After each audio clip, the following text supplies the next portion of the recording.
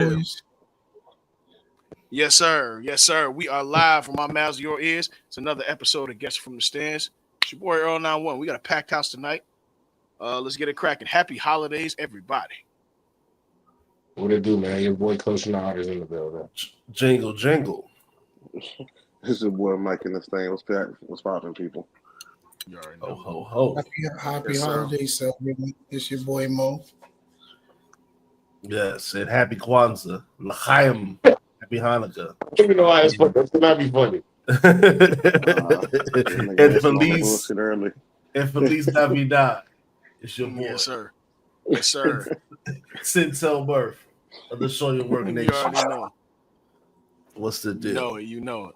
What's Word. the deal? Let's get right into it, man. Oh, yeah. A lot happened.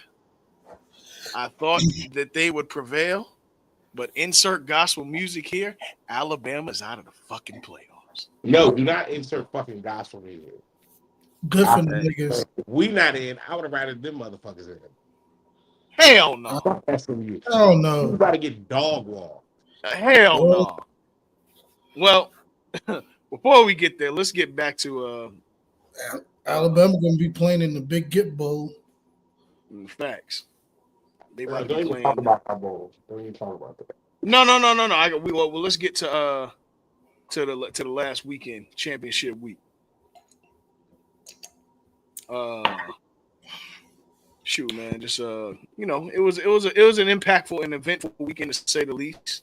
But let's see what happened since we've been gone. Now look, we know what the college football playoffs were set as going into the week, but starting out, let's just go with the big ones. Arizona State beat Iowa State in the Big 12 championship.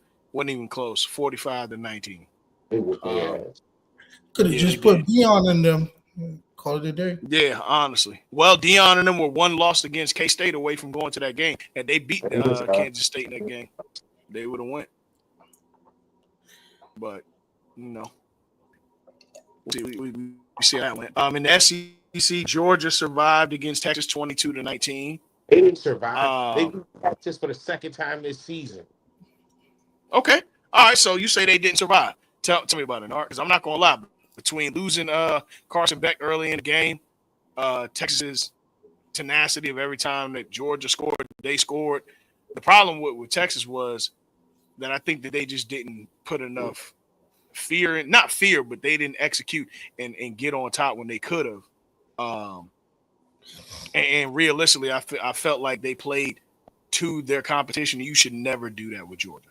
Never. Kirby Smart is way too smart. No important. Huh? You said that like Georgia's a bum team. I'm not saying that. I'm saying that Texas, for far and wide, had been the best team in the SEC. They were the only team that only lost one game. Say that Georgia beat them. Because I think even in that loss, it wasn't. Georgia didn't play Georgia 13 times. Georgia didn't start out how they started out, and don't forget, in that Alabama game, Alabama didn't do shit in the second half of that game. They just scored so much in the first half that the amount that Georgia came back, it just ended up being too much. You know what I'm saying? It's not like if that game, if Georgia would have started that game how they finished it, they would have beat the shit out of Alabama at home. You know what I'm saying? I'm not being because I like football. Period. I'm a Miami fan, so I ain't no Bama or Georgia. I'm just telling you the fact. Georgia beat Texas twice this season. And they were a fucking few extra seconds away from, you know what I'm saying, coming back and beating Alabama. Even though they started out that game terribly. So to me, while I do agree that Texas, it's arguable. To me, it's not clear that they were the best team in the SEC this year. It's arguable because they lost to the same team twice, and that team has only had 2 losses this season. One to Bama and who the fuck else beat Georgia? This year, Bama and Tennessee. Tennessee beat Georgia. Which, look, man, all intents and purposes, I look at things as I can't go off of what would have happened because of a couple of situational seconds, because other things in those games led up to those situational seconds. But what I will say is I think that Georgia is just as formidable as Texas. Texas, just to me, Look, I think they were the better team because despite losing a Heisman candidate a Heisman candidate a Heisman candidate in Quinn Ewers, they still figured out. No, look, they do have Arch Manning, but they figured out how to come away with just one loss in the regular season. I think that showed me their ability to, because that's your play caller, that's your everything in your quarterback. That to me showed their ability to be a versatile and to be a team that was resilient and really still run the ship in a tough schedule that they played for their first year in the SEC. But you got to To me, understand, here's the difference, though. And here's why I say this shit is going to continue happening, bro.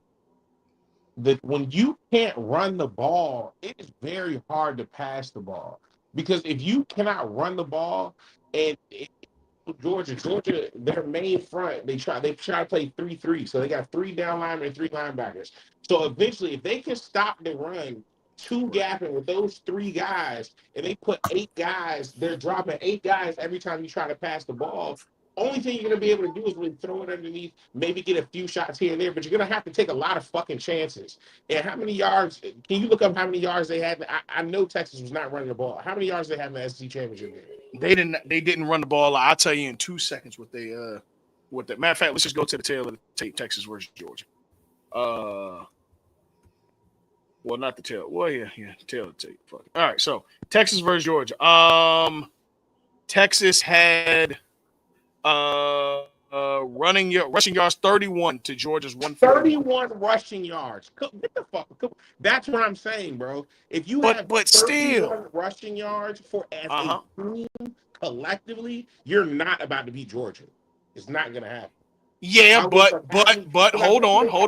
Passing yards. But yeah, they had 358 passing to Georgia's 136. Huh? You got to take chances. You said what? Touchdown to interceptions. Interceptions. Let me see. They threw 2 interceptions to 1 and touchdowns. Come on, you got to take chances, and you're not going to win like that. You got to be able to run the ball against Georgia if you're going to win. No, you do have to be able to. How did Alabama get out on them like that? Running the ball with Jalen Milroe, and then it opened up shit down the field. Right. I don't know. I just think that while I do agree that there is a clear way to beat them, I think that a 3-point loss don't tell me that necessarily Georgia's better than them. No, not a 3-point loss, but beating the same team twice, I don't give a shit how much is by, because that means you didn't score as much as they did. So they stopped you as many times as they did and somehow scored more than you 2 times. That ain't a fluke to me. No, I don't think. I'm not saying that it was a fluke. What I'm saying is I think that Texas still up and down throughout the regular season, just the regular season, handled every assignment they had to. When they beat them, and then they beat them at a neutral site. They didn't even play them in Georgia. Okay, hold on. No, it's an hour. Bro, I understand it's Atlanta. Okay, come on. It's literally up the road. But I feel you. I feel you. It's not. They beat them in Athens, and then they beat them in Atlanta. They beat them in Austin. No, I got you. Yeah. They beat them home and away essentially. I'm with you. Okay, cool. So they end up 11-2 as well on the season, right? Or they end up 10. Oh yeah. They end up 11-2 or 11-2. 11-2. Georgia end up 11-2, and so did Texas. Okay, cool. But like you said, the head-to-head matchup is what separates them. So Georgia's the best team in the SEC, which I'm fine with that.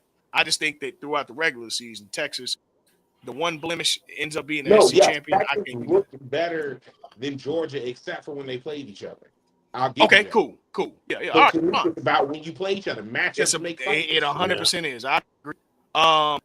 In the ACC championship, look, man, Dabo told y'all out of the last 10 years, he only missed a game twice. He don't go there to lose many times. Hey, you know what, Earl? I'm not gonna lie, bro. I was so fucking happy that Dabo didn't win, because even though, yes, I thought it might have opened our chances to get it, even besides that, for them to be down like that, because the NIL shit is really blowing me at this point, bro. I hate when I see every 5 seconds good players that transfer from small schools, or you know what I'm saying? Even though I know they're getting to the bag, and I'm not saying that, but it's like even when you see like a nigga like Bear Alexander got the Clemson stats as well. Enough money there, so now he's transferring from there. And then the Jaden Rashad, like the whole transfer portal shit really kind of irks me now. And then you see like with Dylan Stewart. Like you seeing shit now, bro. This shit is so crazy. I just saw a post that says Dylan Stewart renews deal for 2025 season. We're talking about sophomore in college, and this shit is now renews deal to Well, come shit. back. What you think the This bid is shit is going to be on Ryan crazy. Williams? What He you think the came bid? to the league. He What you think the reworked bid about to the be on come back Ryan Williams? Because to the apparently he's leaving. You know what I'm saying? So for Dabo and them to have their stance on the NIL the way Right. they do, still end up with a 10-win season, you know what I'm saying? Win their conference for the 8th time in 10 years, go to the playoffs. I hope they beat Texas so we don't even have to talk about this Georgia-Texas shit no more. I like it. Which could be a third matchup, yeah. But They're not going to beat Texas, though, bro. no.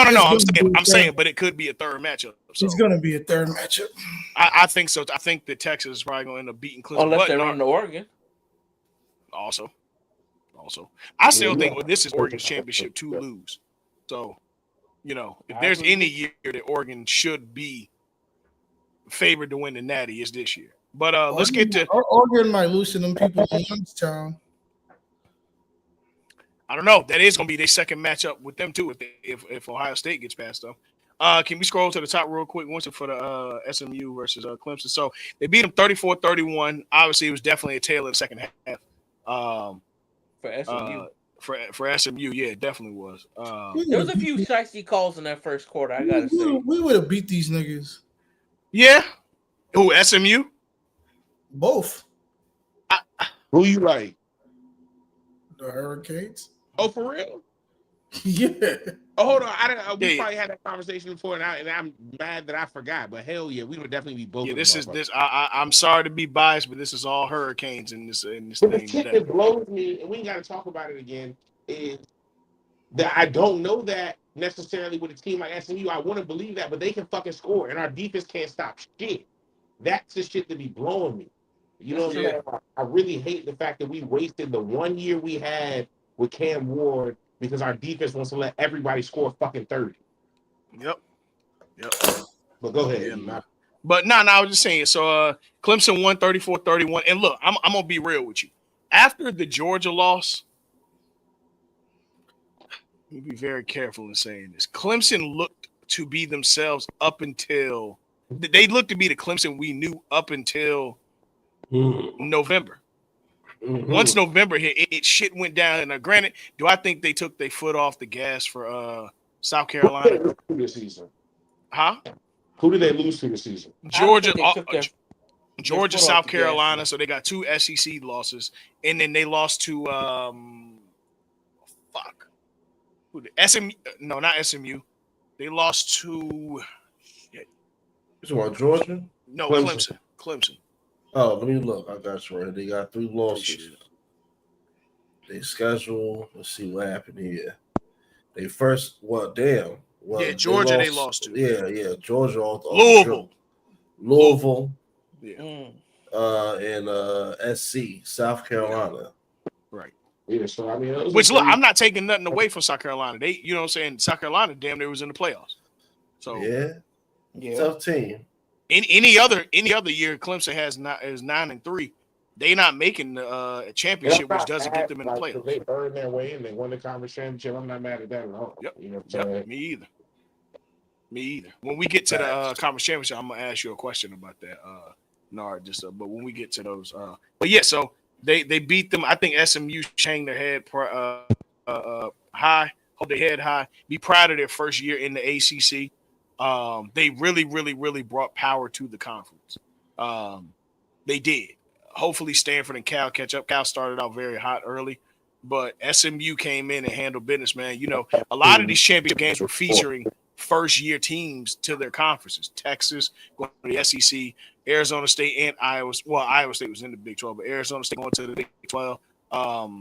SMU, ACC, and then Oregon going to the Big 10. Which I guess that brings us to the next Big Four championship, which is Oregon beating Penn State 45-37. And yeah, it was an 8-point game, but to be honest with you, I feel like Oregon had this in the bag the whole game. No, they had this in the tuck from the fourth quarter on. Yeah. Facts. Like the third. There was nothing about Penn State that told me that they were going to be able to beat Oregon. It's Penn State. In this game. It's Penn State. It's Penn State. Any game that James Franklin may potentially have pressure on, he gonna crack every time. But outside of that, I just think that honestly, Oregon has been the best team all year. Sure, okay, they had the fluke win against Ohio State, but outside of that, they have That handled wasn't fluke. business. Well, I mean, they did the whole They 12-man thing. yeah, no, they got some calls and stuff went their way, but that's just Yeah, home cooking. yeah, So yeah. But Oregon, top to bottom, has been the best team in college football. At can I least they're ask you showing it. At can least I ask that's you a what. question, Earl? Mm. Why you got this Mountain Dew velour Arizona hat on? So here's the deal. We're talking about college football. So we'll go ahead and mute you over here. And then we're gonna keep going on, okay? Now let's get back to college football. Please, He's in the please. festive season. It's a festival. Exactly. I'm festive. Oh, my Lead fault. I apologize. That's why I ask questions. Hey man, I feel it. But yeah, man. So uh getting back to it, Larry, what's the deal, brother? Getting back to it though. I'm not mad at anything that happened in championship week because of course, Winston, if you could pull up the brackets, we have gotten to the 12-team brackets. Gotcha. Now, in that, here's the thing. This announcement today that they're going to expand the college football playoffs to 14 teams in 2026 and eventually 16 teams, I think by 2028, that's bullshit. I don't like it. I don't like it. You're talking about bullshit as far as like it's cockamamie bullshit? Yeah, I think the 12 teams is just fine. What's wrong with 12 teams?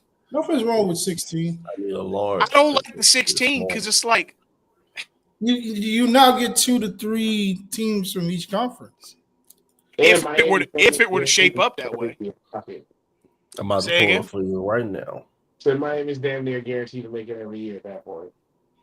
Let's go to the playoff. But my thing is, I don't want to be given nothing. I want to earn it still.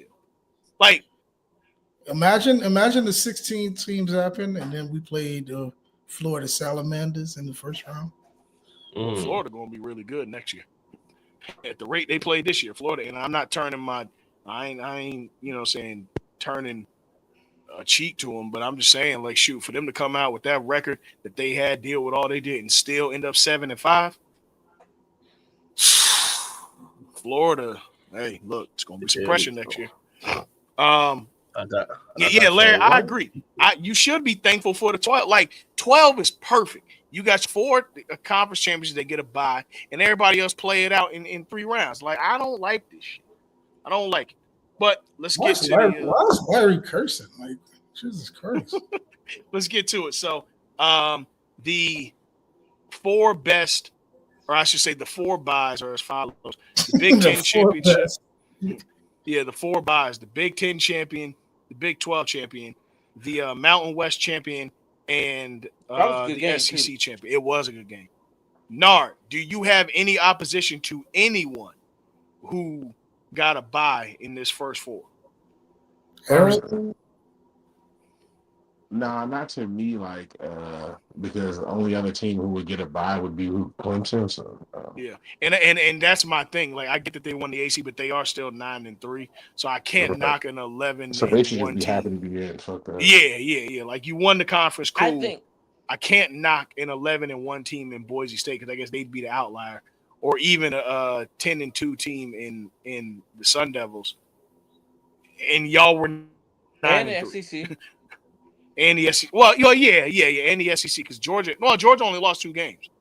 Yeah, they're 10-2. Yeah. Or they're 11-2. Excuse me. But I guess the one I was looking at was Boise playing in a quote unquote weaker conference. So. Yeah, but I think SMU, if SMU had won the championship, the ACC championship, they would have had that 3rd seed instead of at 12-1. Absolutely. Yeah. Do y'all have any qualm about anything? Oh, go right ahead, Winston. This is on the subject, but this is about like some other shit. Like, what is the point of them go? Because the NFL is what? How many teams is in NFL playoffs? 14 now. 14. 12 14. should be fine. 12 should be good. 12. I'm fine with 12.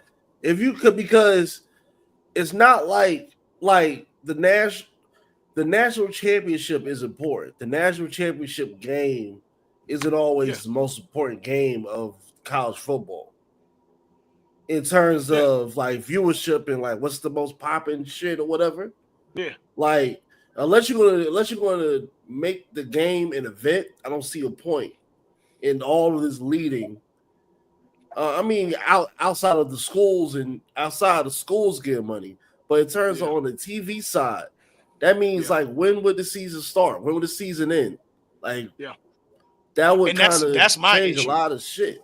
It would. If you add 2 more teams, that gives us at least another week of college football, which is fine. But now you're going into February being a national championship. And you gonna have to take out week 0. Like if you do Yeah, that, you're you're gonna. gonna have to Yeah, take you're out gonna week have 0. to. You're gonna have to. And on top of that, they like if they have to do if they do that, they have to do something with these schedules. They're gonna have to open these schedules up. They're gonna have to start doing like basketball and do cross Hey, conference hey, challenges. these guys are getting paid. I'm gonna shit. Well, you know Yeah, what you're you right. probably You're gonna You're have right. to do. You're right. They're bro. probably if they add 16 teams, you know what I could see them doing. They're going to shrink the regular season from 12 to 10 games. You're probably gonna play 6 conference games, 4 out of Schools would conference not games. rock for that. Huh? Schools would not rock for that. I know they wouldn't, but that's probably what's gonna have to happen. Yeah, because You're it gonna have have to fit. That takes away games from all the schools that are also not making the playoffs. absolutely, Exactly. which is stupid. That's why they're going to They'll stay probably at tell 12. you. They'll probably tell no. They're moving to 14. It's not a. That's a thing. It's happening. Matter of fact, I'll give you the article right now. Hold on. I think 12 is the perfect number. I think 12 is perfect. I don't think we need to do anything outside of that. I guess they didn't like having that first out, second out on the side. I'm fine with the first 4 out though. Like I don't think the always- first 4 out is an issue. But you're always going to have the first 4 out. It don't Right. you have 25. Yeah. So the 26 article through came 29 out. going to have something to say. So this is it will be expanding to 14 teams by 2026. Damn. Yeah. 2026. Hey man, you gotta let the 12 cook at least. You gotta let the 12 cook. Yeah, at least for like 4 years. Yeah, you could let that run to 2030 and be cool. Oh shoot, hold on. We got incoming. Man, what's good? What's good, transitions. man? What's Good good? brother. Nah, man. Nah. I'm gonna put a timer on this because I got things I need to do, but I will be watching No, in the you don't. background. I got 5 minutes, man. Hey, No, you bro. don't. Say, bro, why are we rewarding like non-winners, bro? Like, bro, this shit went from 2 to 4 to 12. Mm-hmm. We really should have kept it at 8, bro. Like, why? You right. Well, I'm fine with the. I'm fine with No. Here's the thing. Yeah. The 12 gives the top 4 teams a bye. Right, which you deserve. I think you work all year to get a bye. Which I'm okay with, but it's like, bruh, and this ain't just because I don't give a damn who was 13 and 14. It could have been Texas and Clemson for all I care. Bro, if you didn't get there, you didn't get there. You didn't get there. Like, let's stop rewarding. Y'all rewarded enough with NIL and TV money and trips to bowl games. Enough is enough. Why what are we doing here? Like, okay, again, Clint, if you want to fix this, get a better structure for these conferences that have all these teams so you can have a better conference championship game. Like, make it to where there shouldn't be a reason why 9-3 Clemson gets a chance to even make a conference game. Like, you have to do better with your own scheduling in your conference before we start saying, like, oh, well, this, like, okay, Alabama and Miami didn't make it. You still have 12 phenomenal. You got the reigning national champions. You got Texas. You got Tennessee going for their first chip in a long time. You got Ohio State. Notre Dame is in there. The SMU ain't been talked about that since the cocaine 80s, bro. Like, what are we talking about? Yeah, like, but this I'm fine with. I think this field is perfect, bro. I have no. The only thing I would say is maybe I would have liked to have, since they talk strength of schedule, I would have liked to have seen South Carolina over Indiana. I agree. Yeah, something of that nature, I'm But- fine with. But but whatever, South you know what I'm saying? Carolina, You get South the more, Carolina if you get the blew it. more teams, then you can get that South Carolina versus Miami matchup. But then that's going to take.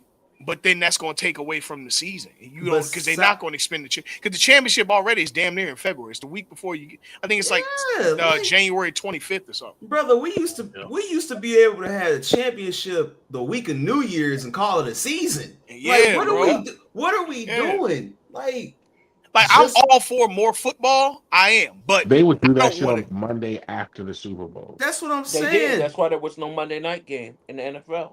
Yeah, like bro, what are we talking? Be tough as shit. That would be, but they're always going to have the Super Bowl close the football. But season. then, all right, never going because now you're grandstanding the Super Bowl. Now you grandstand the Super Bowl. Now, also keep something in mind, bro. There's people that want to be able to say they can go to some of these games. To both, now you putting this shit hella like, fam, stop. Boo-hoo, your team didn't fucking get in, dog. Like, why? And to be honest with you, not to cut you off, Larry, but to be honest with you, I really think that they need to consider stop having a national championship on a Monday. It's a Monday. It's a bad time. The games run until midnight sometimes. Yeah, and I think honestly, I think the national championship should be on a Saturday. It should be on every other college football game is on a Saturday. It should be on a Saturday, bro. Like it should be culminated on a Saturday. Because this is, and I said this earlier, man, but all this is doing is just making those other bowl games. It's not the college football. I get it why it's on a Monday though.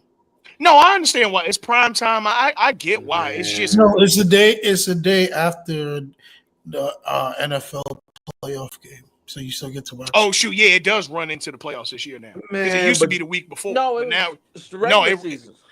No, it's the day after now. Because remember, it's on the 22nd. That's the first week of the playoffs. Bro, that's the wild card. That's disgusting, man. Yeah, I'm not a fan of that shit. That's disgusting, man. But even now, remember the NFL playoffs because of the 14 teams. Now, a Monday night football game is a playoff game.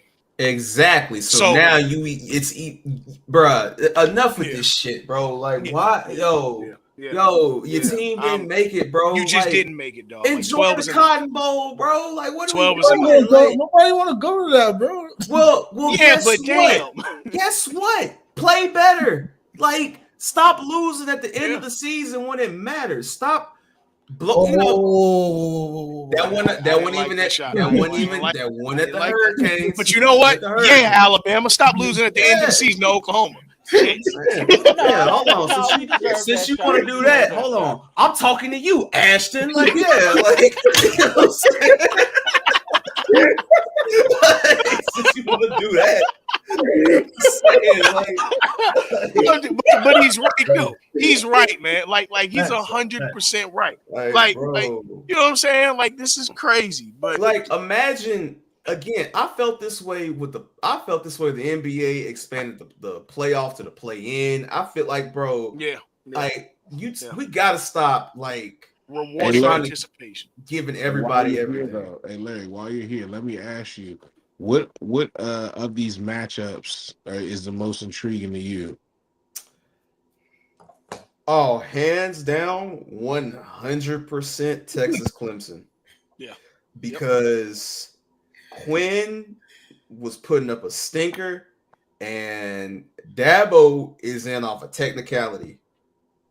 Like, because even with Clemson winning, they still had 3 losses compared to Miami's 2 losses. Yeah.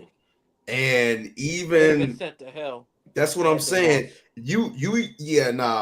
Because that's the thing. When you're a team like, and that's what the 12 is beautiful. You get a team like Clemson that has nothing to lose. They weren't even supposed to be here. Now you're getting these teams like when you adding 14, like. So what? 13 and 14 got to play a play-in game, like, bro. Why are we adding extra games, bro? Like, stop. Yeah, fast now. However, I will say this. There is one caveat I'll say to that. What's the caveat? If we're going back to Power 5 schools, next year when the Mountain West is it next year or the year after next when the Mountain West goes have no to the idea. Pac-12. Either way, the Mountain West is pretty much becoming the Pac-12. Well, yeah. Like most it's of them about are to going to start. Chloe, next what's year. the deal? It's next year. Okay. Yeah, it'll be. If you're going to like tell me we're getting a situation where it's like the NCAA tournament and like 13, 14 play each other, and all 5 of the Power 5 conference winners get a bye. Mm-hmm. Okay, maybe. Maybe I'm Okay, but with you. see, like my thing is like, okay, if you have a wider playoff, what about a team like Army? You know what I'm saying? They go 11-1, win their conference. They Well, they're actually make AAC. the playoff now. They're AAC. They can make the playoffs now. They can make the playoff, but but they make the field even 11-1 winning their conference because Well, yeah, because if only you one expand it to the mid-major gets 13-14, you expand it to the 13-14, that's going to take Clemson out. So let's say this goes to 14, right? You take Clemson out. Now we got 5 with a first round bye. the conference championship. That's what I'm saying. Yeah, they're conference. So your Power 5 get a bye. Whoever wins the Power 5s get a bye. So Clemson gets this bye. That now in a first round matchup gives you a 13-14 of, let's say, Miami and Bama. And for that 5, you're going to slide where Clemson is at 12. You're going to slide that to be Army. Man, I'm not mad at it, but I don't like it. Hey man, let's keep it a buck, bro. Nah, man, fuck all that, bro. I'm sorry. Just like I can't help that you ain't beat no ranked team all year. Yeah, I can't help that you play in a Rudy Poo ass conference, bro. Like, stop, man.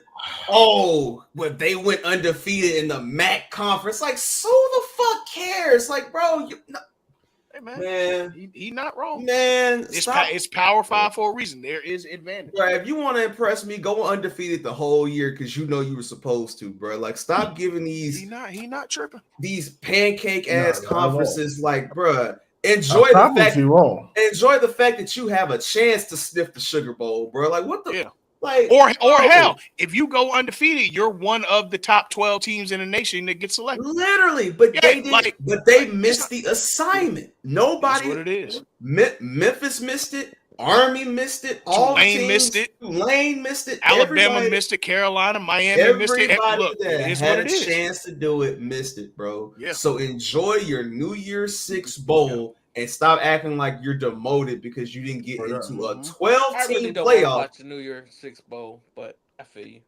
Well, I'm saying, that's again. This is what this is doing. This is bastardizing the New Year's 6. Yeah. You ain't tripping. Yeah. Larry, I know you got to get out of here real quick. Let's run through pick'ems. If you want to join us for pick'ems, and then we'll kind of however long you're more than welcome to stay. But I know you got. Let's start out 8 versus 9. Larry ain't got nothing important to do. Stop telling that lie. First of all, on his olive jacket. First and foremost, Zendel. You said too many. First of all, because I know you're not good at hearing, whatever so I have to you said repeat it for you. Watch yourself. Where he talking? I'm watching myself. 8 and 9. I got. Who you got? Ohio State or Tennessee? I know two motherfuckers that you ain't. Ohio State. It's gonna pay me to do it too. I got to go with Ohio State. Go Youngin University, man. Is anybody picking Tennessee? I'm picking Tennessee. Y'all tripping? You know what's crazy? Z, I actually think Tennessee. So Yemi Yamba. I think Tennessee is a team that nobody in the field want to play. Shame on you for picking Ohio State. I'm never picking Ohio State. I'm picking football. I ain't picking. Hey man, I'm going with Peyton Manning University. No, and see that's where you mess up. You should be going for T. Martin University, but see, we don't want to talk about what they've done to our brothers. But you know what? This ain't the podcast for that. I feel you, Chloe. I hate Ohio State as well. I can't stand them, but I'm just picking football. Actually, you know what? Whatever gets me closer to Ryan Day getting fired, give me Tennessee. Let's talk about it. Give me whatever's going to get close. If Ryan Day gets fired, then how is he going to dye his beard? Oh, my fault. Yo. CBS Sports is going to pay for it. It's the Big Ten on CBS. It's the Beijing on CBS. Nardo, who you got? Ohio State or Tennessee? Tennessee. Okay. Yeah. Texas is traveling to Clemson. Hey, Oh no, I'm I sorry. got, Texas is hosting Clemson. Hook 'em. Red I Bone got, Redemption. Red I Bone got, Yeah. I got Texas covering the spread. Redemption. Yeah. Who winning the game? Who winning the game? They win the game. Oh, yo, you got both. Yeah, I'm picking Texas as well. I think Quinn They're gonna Ewers is cover the going spread out. and win the game. Yeah, Quinn Ewers gonna go out trying to win that natty. Mm-hmm. Yeah. Listen, listen. Quinn Hughes gonna give Arch Manning a motherfucking bar to climb to next This year. is Fuck that. That's true. this is Quinn Ewers' legacy game part 2. Word up. You Word up. already messed up by not taking care of Georgia, so you could embarrass the SEC by a new team coming Hey, in that's first twice year. too. You know what I'm saying? Now you got to win a national Now's your championship. time. Yeah. It's your time. That's how you can leave on a "what more can I say" moment. Exactly. Yeah. Yeah. Nardo, who you got? Tennessee or Texas? Clemson or Texas? Or Clemson and Texas. Sorry, Clemson and Texas. A lot of orange going on. Yeah, a whole lot of orange going on. Look 'em. Whole lot. Penn State versus SMU. Ooh, I think this might be the most intriguing matchup of the whole first round. This is gonna be messed up because one person could lose this matchup and get fired over this. So you think James Franklin gets fired over this? I think James Franklin, but I don't know about SMU head coach. He made the playoffs. He's not getting fired. Ryan Day made the playoffs, but if he loses, but Ryan lost 4 straight commissions. Yeah, I feel you, but Ryan Day also got handed something from a legacy act. Like, Penn State. Talk about it. Penn State keeps on holding these coaches to Joe Pa, and these coaches aren't Joe Pa, man. Yeah, but you gotta realize also, any Penn State coach don't got nothing to lose. They haven't been shit since we was in diapers. Of course, before that. But what I'm saying is they're now that the playoff has opened up for them to finally get in. The seat's gonna be even hotter on him because it's like, look, you finding ways to get in, but if you still losing, maybe it doesn't happen this year. Is this Tennessee or Penn State's first playoff? Yes. Yeah. Well, I mean, it's progress. Yeah. It's progress. Yeah, that's why he opened the field, but it's progress. That's why I was so adamant earlier. Like, if this was under how it should be, a team like Penn State really wouldn't even be in this conversation right now. So even though I do agree that out of what do we have 137 Division I FBS schools, I do think that there had to be more than 4 to make a playoff. But I mean, 12 is perfect. I'm a 8 and straight guy, but hey, 12 is cool. You feel me? Like 12 is perfect. Like 12 rewards the top 4 everybody. With a bye, so I'm cool with that. Mm-hmm. Yeah, I'm cool. I'm cool rewarding with a bye. I think you do deserve it. I deserve it all type of person. So whatever you can. But I want to see SMU. I'm a Dodger blue type of person myself. I want to see SMU versus Boise State. Dodger blue is clean. Yeah. I respect that. I grew up on the East Coast, so you know. Right. And I had some connections on the University of Penn State, but I ain't gonna talk about that here. But yeah, go Penn State. I think that Penn State's defensive line has really shown up all season, and I think that if there's anything that could stop a run game, which SMU all season has used the run game to get their offense going, and then they just get into shootouts after that, a one-sided shootouts, I should say. I think that they haven't faced SMU has not faced a defensive line like what's produced in the Big Ten, specifically like a Penn State. That's always been James Franklin's bread and butter. So give me James Franklin to stop this train that SMU's been on all season. I would say if Penn State do win this game, they're gonna make the Final Four. They're gonna beat the dog shit out of. They're gonna beat the piss out of Boise State. I don't give a dog what happens. So you have Penn State as the first round dark horse. Yeah, somebody that could take Penn it State. all the way. If Penn State play their cards right, they can fuck around and go to the championship if they play. Well, actually, no. My dark horse is actually in this next game. But my dark horse is My dark horse is Clemson because Clemson ain't got nothing to lose. What you were saying, Dar? Yeah.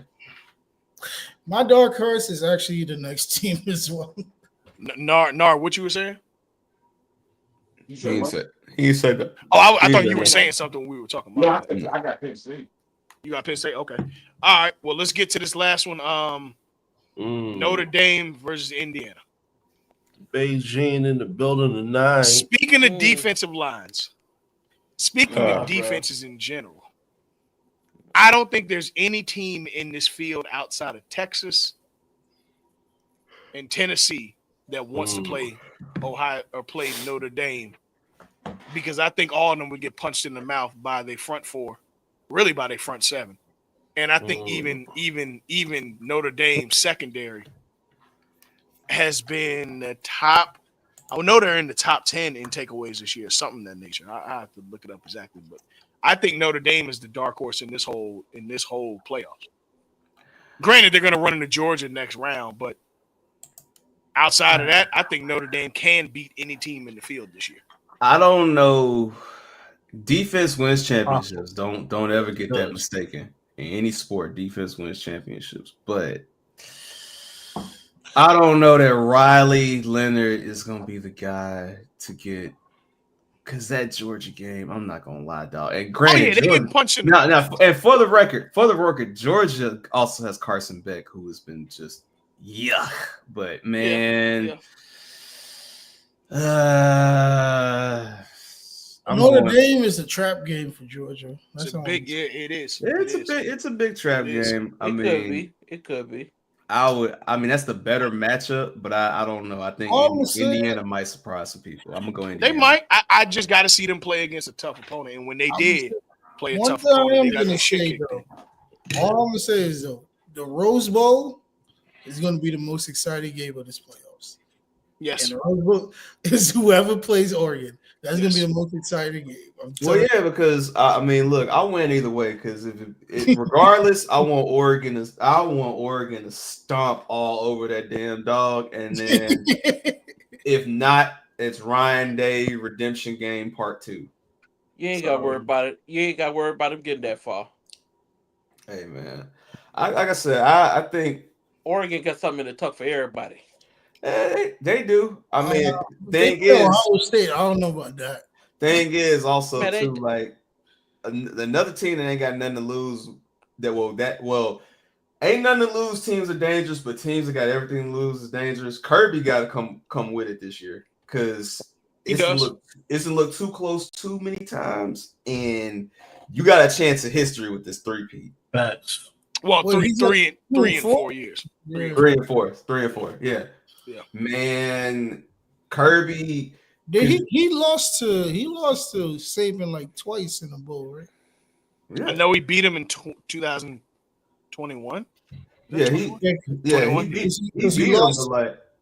beat him in the, because they were playing the championship. That's when it was still the traditional Devontae Smith year and shit. Yeah, the traditional SEC West versus SEC East. But shit, the thing about it is lost to him last year in the SEC. When you lose close games and you losing like this, see if Georgia loses right in that first round, bro, this is all huge for recruiting right now. This is what the recruiting that's what I'm saying. Like, and we're not talking about like the recruits that's gonna go to the bigger schools like Florida or Tennessee, Bama, those teams. We're talking about the in-state schools, the Georgia Techs, the Georgia, like the random schools that you wouldn't think about. So yeah, like this is important for not just the 5 stars. Like this is okay.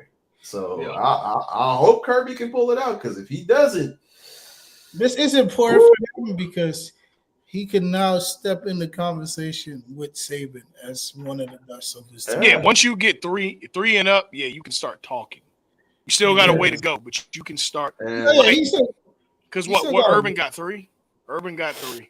Urban 2 in Miami. You got 2 in Miami, 1 Ohio State. No, 2 in Florida. 2 in Florida. 2 in Florida. 1 Ohio State. Yeah. He should have had 4. Dabo has 2. Dabo has 2. Dabo got 16 and 18, right? Yep. Yeah. He should have had 1. He went 1 with Florida State. Dabo? No. Who? Dabo never coached. No. That one, you might be thinking of Jimbo. You think about Oh, Jimbo? Yeah, you thinking Jimbo about got Jimbo one at Fisher, Florida bro. State. Dabo got. Oh shit! No, he's retired now. Shit. I was gonna say Les Who? Miles.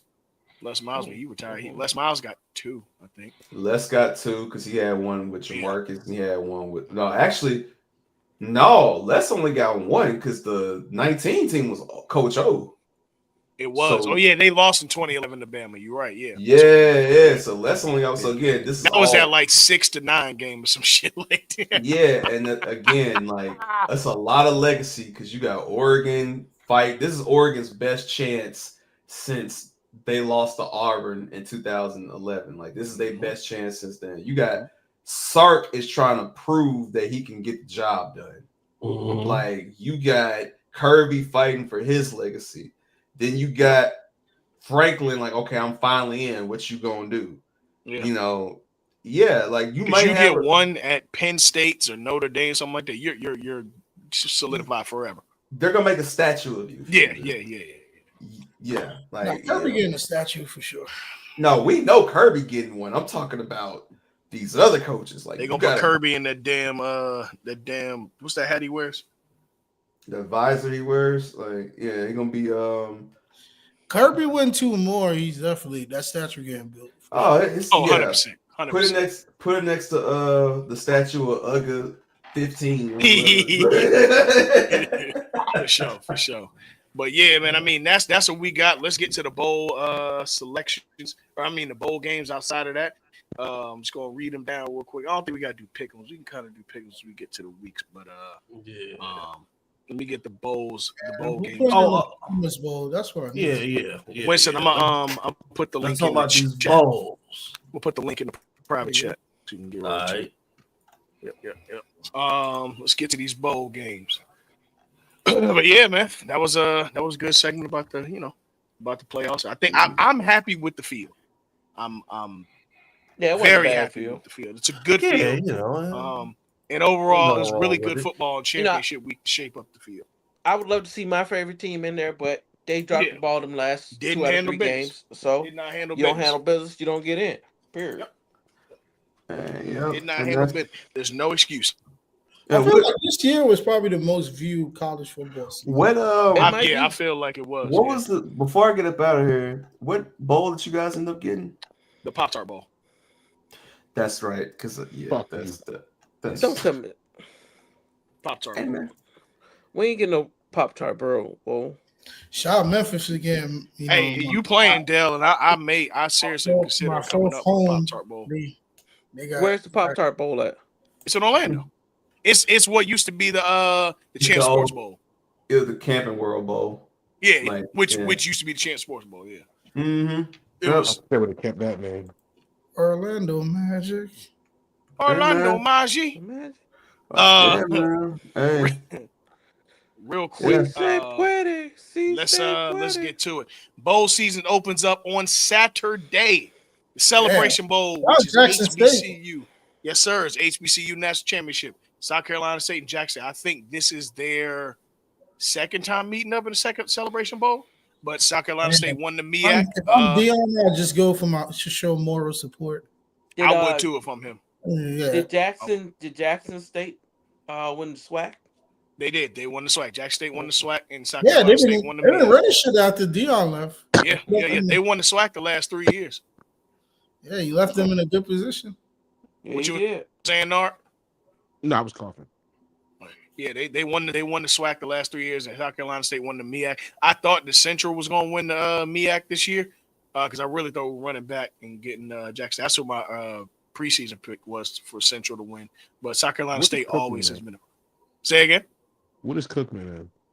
The SWAC now. They're in the SWAC. They're in the SWAC. Yeah, they left the MEAC. They shouldn't have, but they left the MEAC as well as FAMU. And speaking of FAMU, so SWAC is like the creme de la creme. Yeah, absolutely. A lot of teams have left the MEAC, so it's not as competitive as it used to be. Speaking of FAMU, I gotta give a shout out to Willie Simmons, man, longtime FAMU coach. He left FAMU after the 2023 season. and ended up being the running backs coach at Duke for a year under Manny Diaz. And now he has been formally introduced as Florida International's head coach. So FIU has a new coach in Willie Simmons. So that's really good to see, man. The HBCU head coach for a long time, getting a shot at a Division One, pretty major conference. What are they? The Atlantic. They're in the AAC, right? Who? I think FIU's in the AAC, if I'm not mistaken. Yeah. What I are want the to say I'm Panthers? looking up. they're I'll look it up. because I know it used to be the Sun Belt. Yeah, the They in Panthers. Miami. That's what I know. Yeah. Now they ain't that. No, they're in Kendall. Hey, Well, I think they might still be Sunbelt. I think they split it They're east and no, they're in the west. Conference USA. They're Conference USA. Oh, so they Conference CUSA. USA, yeah, CUSA, yeah. So they're over there with FAU, where Conference. UCF used to be. Yeah. okay. Yep. Yeah. Conference USA. So Those are the salute to games, Willie Mo. Simmons, man. Mo, those are the football games that's on Wednesday night. Yeah, I'll be Yeah. looking. I see. But yeah, man, I'm going to go with Jackson State. I think Jackson State repeats as national champions. I know there's some bullshit games here, but let's say these names though. Salute to Veterans Bowl. Salute the Interesting. troops. We in the coops like caprices. Y'all, we don't need to go through every bowl so- game. No. Yeah, we're just reading them off. Of course, Just yeah. reading I them mean, off. yeah, South yeah. Alabama playing Western Michigan. Yeah. Time. Yep, and that's Frisco. the is the Boca Bowl on Wednesday? I ain't going. Wednesday the 18th. Yes, I ain't going that shit. At, Hey, listen. at FAU Stadium for those who ask. Let me tell you how that's funny good. that is. Let me tell you how funny that is. University versus Hey, man. UNLV. Let me tell you how funny that is for the whoa. What's up? Breaking news. Is everything okay? No, it's not. Per Larry Fitzgerald Sr., 66 NFF Hall of Fame ceremony in Las Vegas just announced that Vikings Hall of Famer Randy Moss has liver cancer. Fuck. Oh, man. Damn.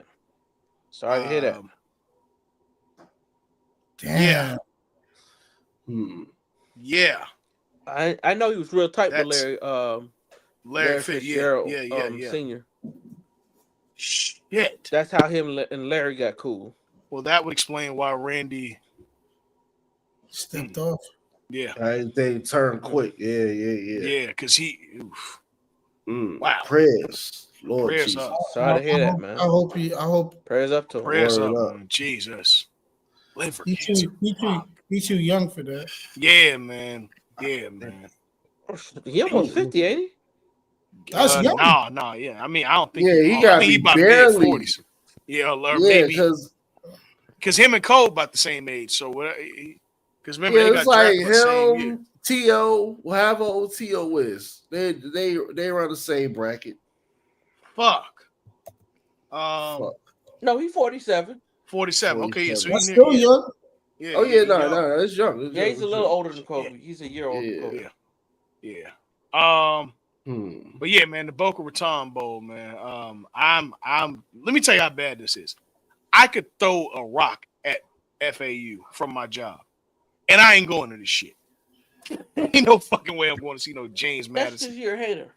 James Madison gonna put up points though for all my they are parlay layers. Yeah. This is where you make your money on the legs. The LA Bowl, UNLV. That's gonna be a real good bowl. That's gonna be a real good game. Hey, Mo, come on, man. Hey. Next Thursday. Hey, man. Let's link up. Hey, man. One night only. One night only. Hey, we can catch a Spirit flight real quick. Y'all want to go? Yeah. Hey, but $67 to go do that. All right, man. I was supposed to go to New Orleans with someone else. That's why I didn't go. Yeah, man. Friday, you got the Gasparilla Bowl. Florida versus Tulane.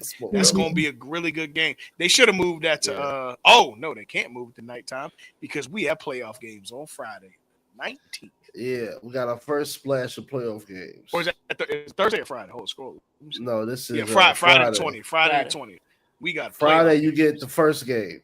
You get the first game Friday. Indiana at Notre Dame. Now, fun fact. for the first time in 67 years, I want to say they said it is. Notre Dame, a home game for Notre Dame will be broadcasted on a channel other than ESPN or NBC. NBC. Yep. That will be broadcasted on ESPN. Yeah, that is true. That is Yep. crazy. Yeah, it's true. And you want to know who cares about that? Not a damn body. Nobody. No, shit. Bob On Costas. Saturday, I don't like this. I don't like this. I don't like this, but I'm okay with it. I guess we got nothing but playoff games. So these playoff games again are not bowl games. These are just extra games that were put in. So these are not bowl games. At 12 o'clock, you have SMU versus Penn State. I think they should. No, they're playing on TV too. I mean, Yeah, on campus. Yeah, they're playing at campus. Yeah, so these are going to be on TNT or Max. This game will be on TNT and Max. Turner struck a deal with Disney to be able to simulcast college football playoff games, and I think in a few years they'll be carrying regular season games. Yeah. Oh, they got the Inspect the Whiteout at Penn State. Oh yeah. Well, it's a 12 o'clock game, so they might white out. Yeah. And then of course after that we have Texas versus Clemson. Texas will be hosting Clemson. 4 o'clock, y'all. 4 o'clock.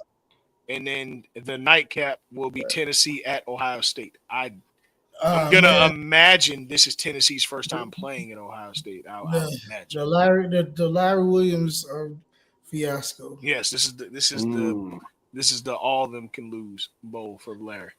And then Monday, we are back live from Conway, South Carolina, at the Myrtle Beach Bowl, and then after that we go to the Idaho Potato Bowl. Now, fellas, what is your favorite way to eat a potato? Mashed. I love fries. I love a good saute potato. You know what? Home fries, breakfast home fries are extremely breakfast for me. They are underrated, but I'll take regular. No, they're rated perfectly. They're the third best. Okay. We got South Florida taking the long travel all the way to another paradise state, Hawaii. Leaving the tropics to go to another tropics. Heaven must be like this. That's crazy. Salute. Again, San Jose State. So the Hawaii Bowl is the only bowl game on Christmas Eve. Yes. Wow. Hey, listen. I expected. We have NFL games. I think no, actually we don't. I expected better from NCAA. Nah, they got to make room. I don't expect much from Beyonce. NCAA. Yeah. We got the day after Game Above Sports Bowl. That's an interesting. What the hell is Game Above? I don't know. Let's look up what Game Above is. No. Let's not waste time. If we don't know it, it's a sponsor. Let's just keep going. We see. Who's that? Pitt and Toledo. Okay. Rate Bowl. Rutgers, Kansas State at Chase Field. Game Above. This is it's a building. It's a build. Oh, it's a scam. What do they do exactly? They are an entertainment and sports company. So they're about us. Game Above is a successful, multifaceted brand that includes charitable giving, capital investments, sports entertainment, and media ventures. What we offer. Game Above empowers experienced yet marginalized business owners by investing in their companies, bridging the gap. They're a loan company. I'm going to. Thank you. Who's behind Game Above? I'm going to bet it has something to do with some niggas. No. In Detroit, I'm going to bet that it has to do with what's the owner of the Cavs? Dan Gilbert. Homeboy. Dan Gilbert. I don't know. Because it could be the Fords. Or maybe the other nigga. Maybe the other nigga that got the Ilitich, the Little Caesars. Little Caesars. Shout out to Rosa Parks. Keith Stone is his name. Okay. Keystone. Don't know. Never heard a game above, but hey, they got a bowl. All right, let's keep going. What do we have? Shout out to all these other teams. Our kids, everybody down. Los I Ooh, have this is a Temple, good game. USC. USC versus Texas Texas A&M. A&M. Yeah, that I should be a have good game. I have a spoiler. I have two questions. Mm-hmm. One is going to pertain to the USC game. The other one's going to pertain to Carolina game. But let's start with USC. Where do you guys see the future of USC football? Well, Winston, that goes into my prediction. They ain't never had no future. This is going to be Lincoln Riley's last Lincoln Riley's last game as the head coach of USC. Where do I think Lincoln Riley is heading? He's going to Hell in a Cell. The you think Bears. you think he's going to Chicago? I think he's going to take the Chicago job.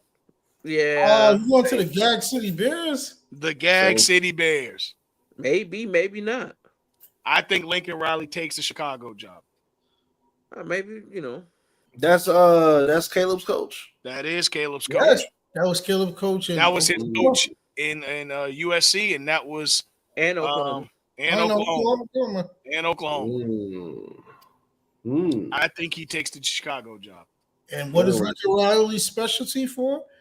Air raid. Air raid. And he got a lot of receivers, fast running backs, and a quarterback that can throw the hell out of that ball. Interesting. Yes. Now, here we are. 100 guns, 100 clips.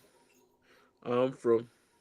You know what I mean? We got Boston College, Nebraska. And I might go to that game if I got money. Oh, sure. If I got it's at noon. Okay, it's not expensive. Now, this is how deep Yankees versus Red Sox runs. Because you notice just an hour earlier at Fenway, there's a Fenway Bowl, and then the Pinstripe Bowl is at 12. Yankees Red Sox ain't gonna never stop being the biggest rivalry in sports. I don't need a team that's playing in the Pinstripe Bowl. I'm gonna go watch that shit. Yeah. Now, let me ask you guys this question. What about the future of the Carolina Tar Heel football program?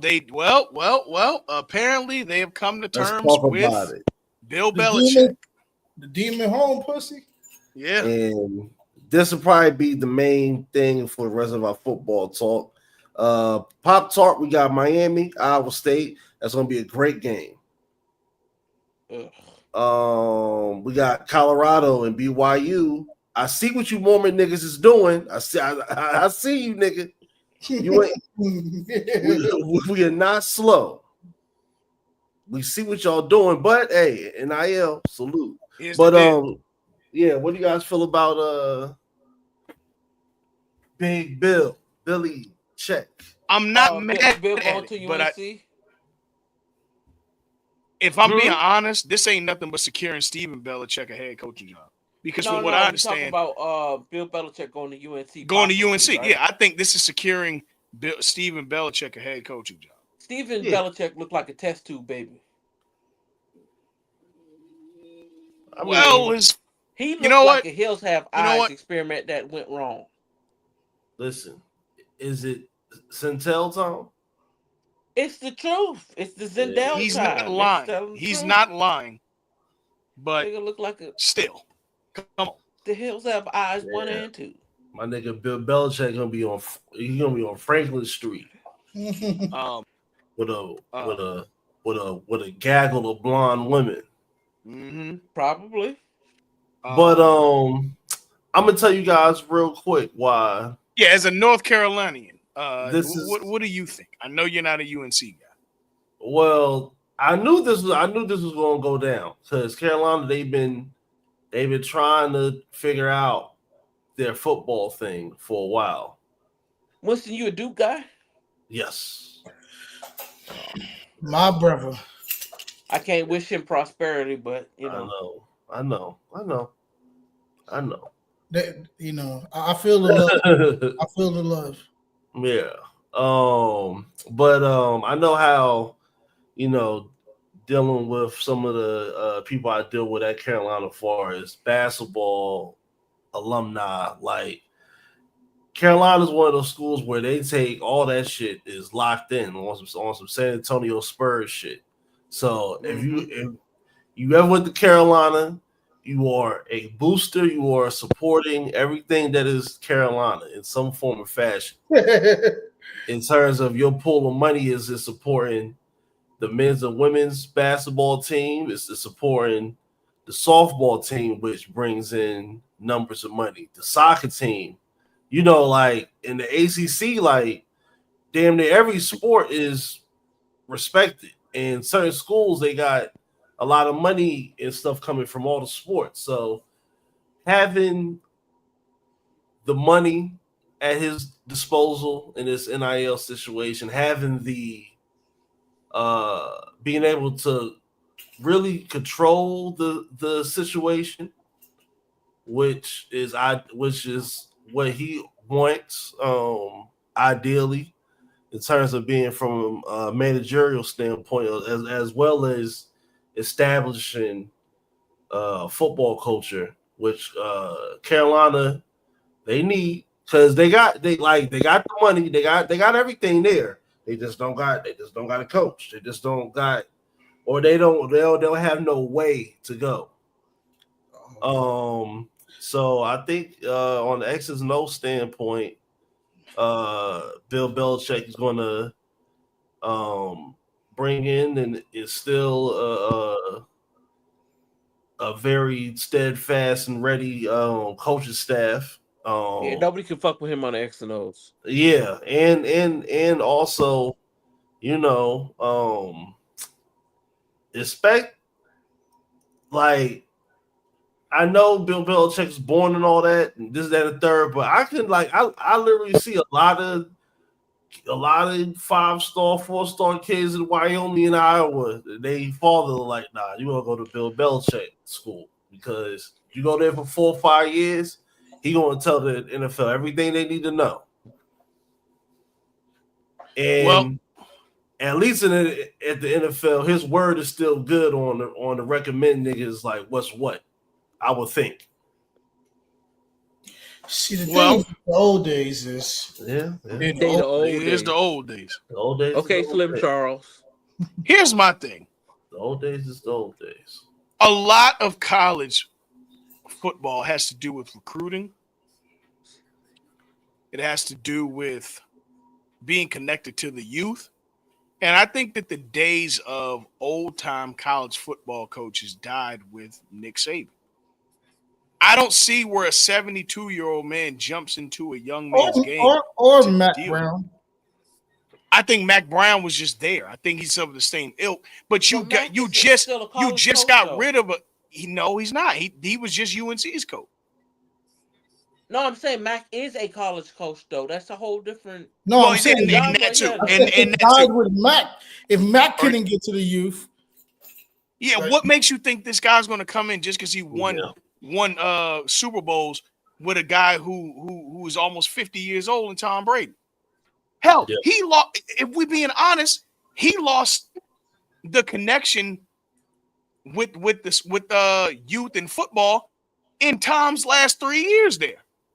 Let alone when Tom was gone. So you mean to tell me Bill Belichick is? And look, I think he's probably the most brilliant mind in football ever. But it's him. Well, he's one of. It's him. It's John Madden.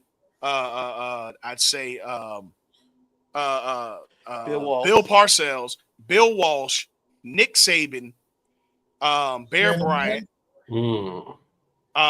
Mike Shanahan. Like those guys, I get it, but still. I get it. I mean, but still, right? Yeah. Exactly. Oh, yeah, But the of that ilk, I get it. They are the most brilliant minds ever.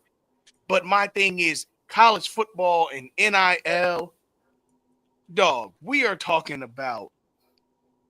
Who's gonna last, man? It's a young. Now, if this is a play to set up for Steven to succeed, okay, cool. Like, I'll say this: the only person that I could see coming from the NFL and going into college football and prosper is probably Kyle Shanahan and Sean McVay. because they're young. They're I relatively. can see that. I don't think any NFL coach. Is McVay even 40 yet? Or he just McVay's turned like 40? 39. No, he's 38, 39. I think he Like, just turned 40. like those coaches from the trees from the 80s and early 90s, they can't. It's done, bro. It's okay. It's The time 80s was 50 years ago almost.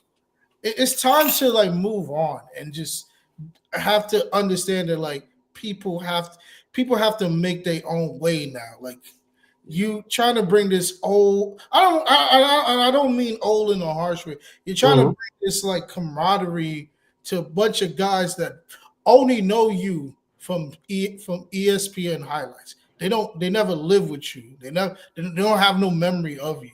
And all you can do is tell them stories about I won in the peak of football. And these kids don't give a fuck. They don't. They want to see somebody that's relatively close to them, like not like 5 years apart, but someone that's like they could remember. Like, yo, I remember you when you was at Notre Dame and like you were like an offensive corner. Most of these kids, when they saw Bill Belichick, he was already like 4 Super Bowls in. Don't give a fuck about him anymore. Like, let's just do the math. 18 years ago, right? he That was on Super Bowl 2006. Yes, he was on Super 06. Bowl. You're cognizant of football probably at like 8. Yeah, you're not living with a football. That puts us at 2014. That puts us at the Super Bowl between the Seahawks and the Pats, correct? Yeah. No. 14 was Seahawks and Broncos. Pats, you said it right. Oh, okay. Yeah, you're right. Okay, cool. Yeah. That's at 8. That's at 8 years old. By then, he was already a 12-time Hall of Famer. Like, so it's different now. Like even like for instance, like in the look, and I know I'm not comparing the NFL to college football, but look at a guy like Dan Campbell. Like we saw Dan Campbell on TV. Like we all remember him playing with Kidney. If we all remember watching the Detroit Lions around that time, like he can like talk to players, younger players of like today's game, because he's not relatively like far removed from being a football player or being in the locker room. Bill Belichick's been coaching since my dad had one kid when Bill Belichick was like started coaching. Like my dad had 1 or 2 kids at that time. I wasn't even born. So like him coming in and just saying, "Hey, I'm Bill Belichick. I won. I elevated the New York Giants to being a relatively home. Then I helped the New England Patriots become a powerhouse in the NFL. And now I'm here to make North Carolina Tar Heels a powerhouse." These kids are gonna look like, dude, you shouldn't even be here. Like it's like college is all about having fun too. Like look at these coaches when they play, they win. Like these coaches are happy to be around those players. I know like he probably wants some of that young energy because like his life is totally different now from what it was 10 years ago. But especially fucking that young girl. Yeah, come on. It is what it is. It is what it is, man. Hey man, I'm not the one who was sneaking out the sorority house. young lady. She's Yeah, 24. He was the one who was sneaking out the sorority house, not me. Yeah, listen, I'm gonna call her young Yeah, girl. which means she was in college. Means she was a lady. Listen. Lady. Okay, how about that? I don't question people what they do in their free time. As long as it's legal, it ain't none of my concern. But Bill Belichick to the Tar Heel, I just feel like it serves no purpose. That's like if Joe Gibbs was trying to coach college football at his tail end of his like life. Like I mean, Joe Gibbs is an amazing coach for what he did for Washington and whatnot. But sometimes it's okay to be out of touch with the youth. You live a fulfilling life. I know you love the game. You're a madman about the game, but you got to put the book down, bro. You just have to put it down. Yep. You absolutely have to. I don't see him changing the culture of the Tar Heels football at all. No, because once he tell a player like, "Yo, you're not starting today," I could just easily say, "You ain't gonna see me ever again on this team," and that's gonna be a tough pill for him to swallow. He can't Malcolm Butler a fucking player anymore. Like, yo, you're not playing in the Super Bowl because you came to practice 7 minutes late. Yeah. But They the other gonna side NIL.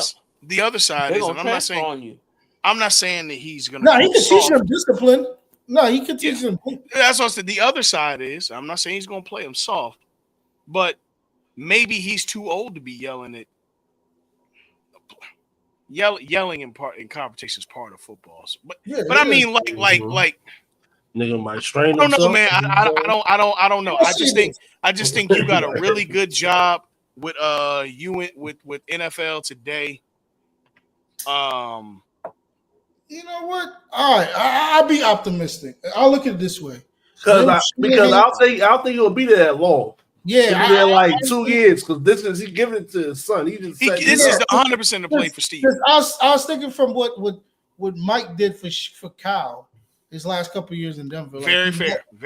Like he was the coach, but he let Cal implemented all new type of offensive schemes to his team.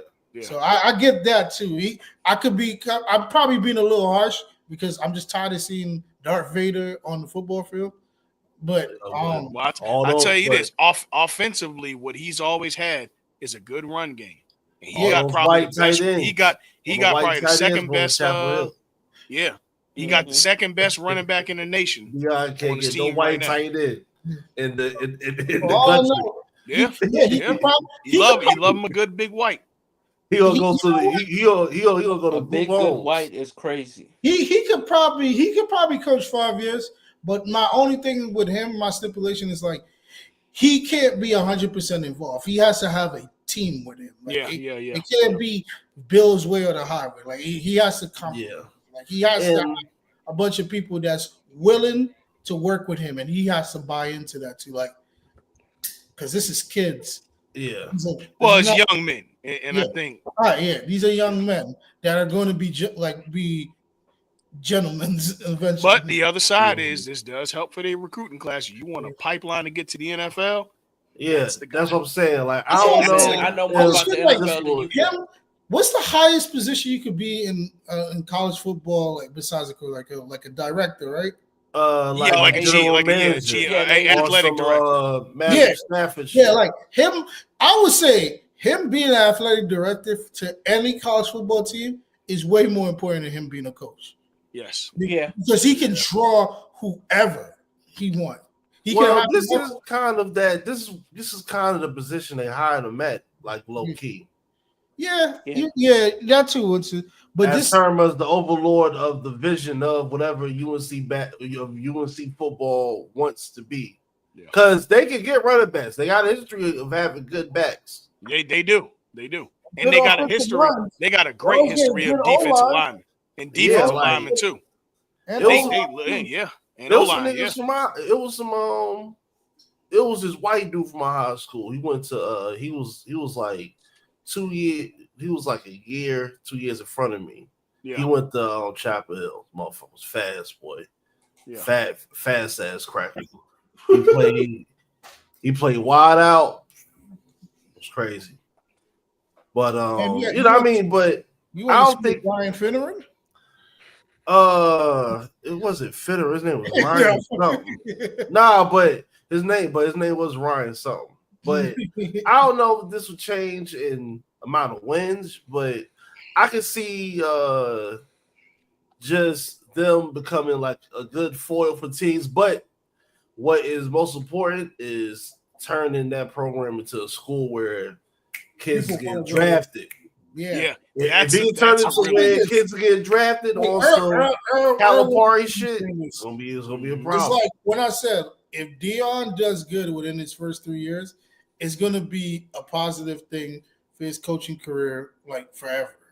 And so far, he was a game away from making the playoffs, making the big. So if Bill could go in there and just say, if he do 4 years, and he just he has one playoff spot, he did his job. He did his job. Yeah. Because after that, everybody's gonna realize like, yo, this man figure out something at his age. So I could believe this program can elevate somewhere else. And obviously, but that it comes with another thing too. If other coaches see Bill do good, I think we will see guys like Urban and them want to come back. Yeah. Because I don't think Saban is gonna just want to keep doing TV forever. Yeah, I mean, because college football is changing, but you can go to a school that has. At this point, we got to talk business. You could go to a lesser known school that has the capital, and you could turn it into something like it could be. I mean, it could be damn near. It's a lot of different schools that just have the financial capital. They might want to be like, let's turn it around. Yeah. Even in basketball, like you see what BYU been doing on both ends of the sports spectrum. How the hell they get that boy from Utah? But he also go to school in Utah. The kid that signed on First Take this morning. Oh, the dude from BYU, I think. Yeah, like, hey man, you the basketball, yeah, the basketball, yeah. I got my eye on you. I'm doing my own investigation on you. I'm gonna come up with something soon. Mitt Romney, you had the answer for your sins. Now, Earl, I have something very important. We do have something important to talk about, don't we? Yes.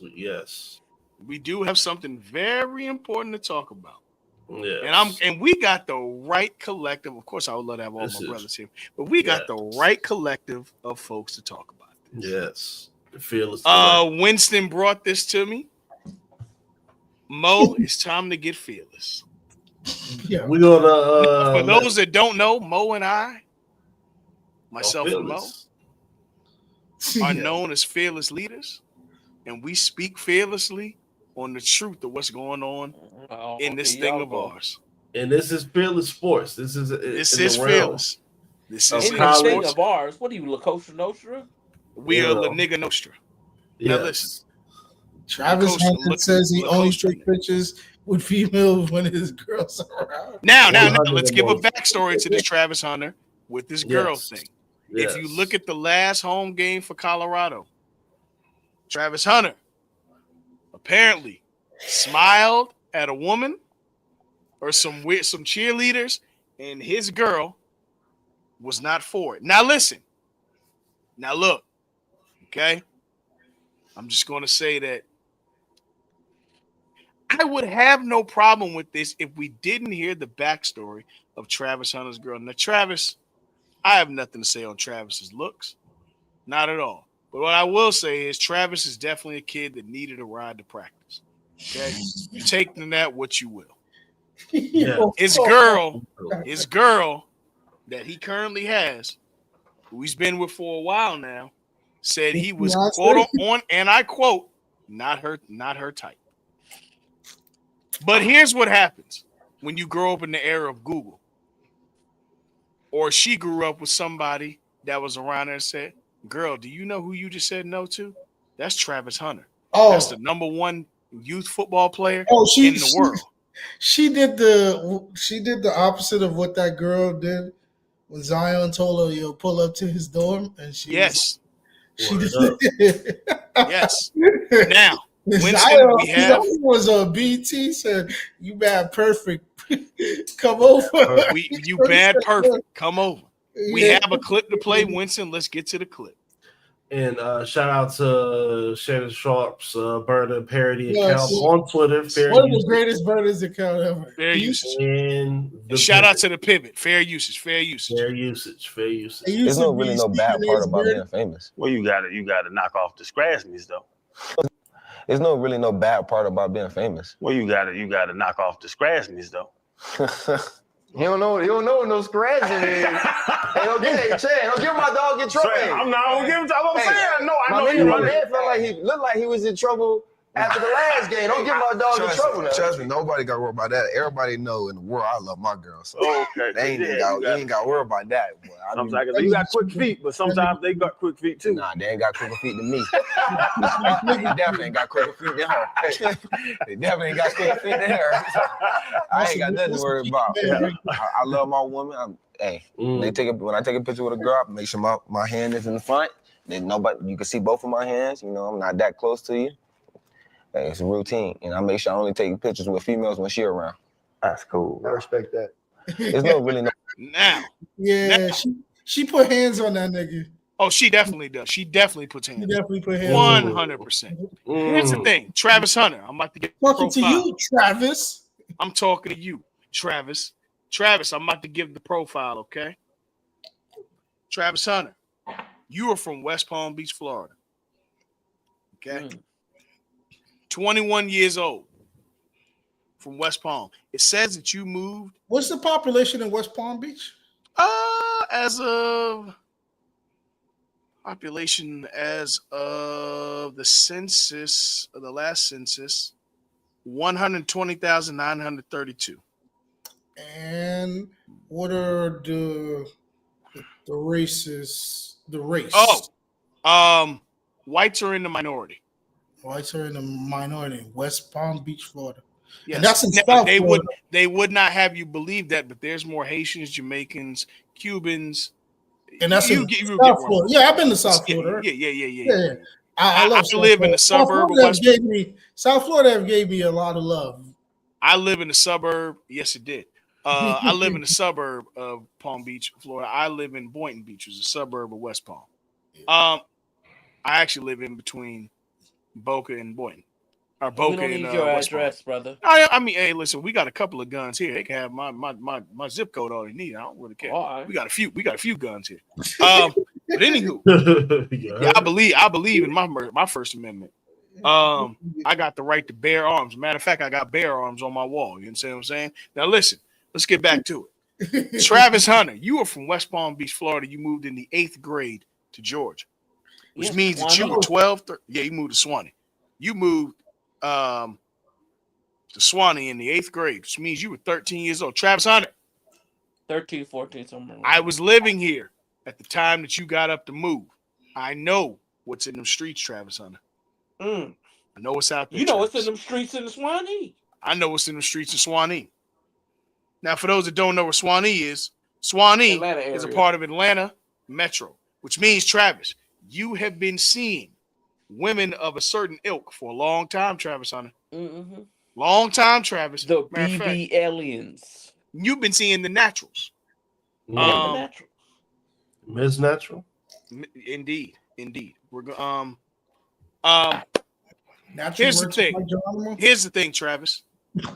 You don't got to take this. You understand? Now, I understand, that you feel like you got a woman who has your best interest, and she's been there for you. And Travis, if you were not Travis Hunter, she would not be there, Travis. I'm going to tell you now. She wasn't jealous because she just, thinks the world of you. She's jealous because nobody else put in the work to be there for you but her. And she'll be damned if somebody else gets a chance to get what she worked so hard to ride the coattails for. Yeah. She kissed a lot of dry lips in her day, Travis Hunter. Smelled a lot of stank breath, Travis Hunter. I know she can't retwist that. I know she bought you a new pair of Jordans, nigga. I know she bought Travis. When them bread 11s came out, you had them breads, Trav. Don't do this, Travis. Now, she's up. Now, Winston, can we pull up the girl? Can we pull up the girl? I know she bought you your first child, nigga. Yes, I got, but real quick, I want to just let me know when to press pause on this. Do a quick fearless breakdown of this, because there's certain things I noticed, I seen on this video here. Oh no, we balls to the wall today. I don't give a doggone about nothing. We ain't got to pause nothing. We hit. We hit. You understand what I'm saying? NFL, we'll get to you next week. We got one thing to talk about in baseball, and we'll be out of here. Hey, Earl, you might pull. Let's do it. I'm about. Yes, sir. Yes, sir. Now, let's go. Look. Yeah. Oh, they don't know fearless. Leader. Look at this. Fearless leader. Look at this woolly ass nigga. No, you don't know no scratch in there. Look at this nigga. This is a laugh of a nigga that been getting beat on. Yes, Yeah. yes. This nigga slapping his hand on the arm of the chair. Look on this. This shit. is the laugh of a Give my dog nigga. in trouble. No, Don't no give my niggas dog in act like trouble. this and look away, bro. You getting beat on, bro. Don't get my dog in trouble. I'm not gonna give him trouble. I'm saying no. Look, I don't My know. man felt like he Hold, looked pause like right he there. had Let's go that. back. Let's go past. Now, this is This the what look of a happens nigga. we still with your uncles. Now. I'm not going to get too deep because we are still a sports show. Yes. But this is the look of a man who has have you ever seen the Chevy with the butterfly doors? Okay. You understand what I'm saying? Stunting is a habit in his house. He is a Lamborghini gang. He is Lamborghini gang. Lambo gang. Now that's all I got for you. You'll never know what Lambo gang is about. But just know this man is Lambo gang. Now, can we get back to Travis? I want to give a break. My man felt like he looked like he was in trouble after the last He game. looked like he was in trouble. Nobody got to worry about that. Everybody know in the world I love my girl. Let's stop right there. Let's stop right there. Look, Can you pull that back one more time? Anything. Before he said I'm sorry, he said I love my girl. Nobody got to worry about that. Everybody know in the world I love my girls. Now look, Nobody got to worry about that. Everybody know in the Now look. He's stuttering. You 21 years old stuttering. Everybody know I love my girl so. Okay.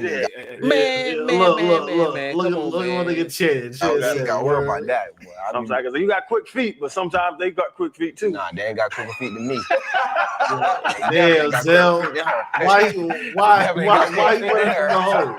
I ain't got nothing to worry You about. 21 years old, you running from the holes? Hey, when I take a picture with a girl, I make sure my hand is in the front.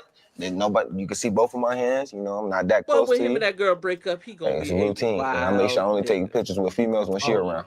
Now, wait. Can we go back to the picture? Can you go back to the picture? I want to see what he said one more time. Yeah. What he say? Hey, it's a routine, and I make sure I only take pictures with females when she around. About 4 seconds. That's cool. Right there, yeah. Look at him. When I take a picture with a girl, I make sure my hand is in the front. Then you can see both of my hands. You know, right there. Now look. Now Travis. You went to Jackson State. I know the talent that's at Jackson State. I'll pull up something right now. If you want to be faithful at Colorado, I don't know what them snow bunnies is up in Colorado. I get it. I don't know what them snow bunnies is at Colorado. Well, they high half the time anyway. But Trav, I know what was at Jackson State, Travis. Travis. Let's pull up the woman. Because I want you to see. I just want to see the woman. Let me see. Let's pull up the woman. Because I don't think he's understanding what's at play here and that he about to get ran for his pockets. Now, I'm telling you right now, you're 21 years old, sir. I'm going to tell you the same thing I'm going to tell my son when he turns 18 and goes to college. If you got a girlfriend, break up with that girl. This ain't the time for you to be worrying about how you taking pictures because you worried about a girl feeling the kind of way. You are on the cusp. You are a generational talent in college football of all time. It's a million of your girls out there, okay? Travis, it's a million of them. There's a million of his girls in fucking Colorado. It's a million of your girls who would do the exact same thing that your girl did to secure her place. She wasn't concerned that her boyfriend was looking at the cheerleaders. Now let's pull this up. Cute girl. She's cute. But yeah, Travis, you got to ask yourself something, Travis. I would have dropped that for sure. Travis, you got to ask yourself. She's not bad. No, she's cute. She's cute. She got a nice body. But I would have been. Here's the thing, that Trav, you got to ask yourself. You got to look yourself in the mirror. I ain't trying to hear that shit. I want you to look yourself in the mirror, Trav. I want you to look yourself in the mirror, Trav, and ask yourself. He young though. Would I have bagged this girl had I not been Travis Hunter? HELL no. Because here's the thing. What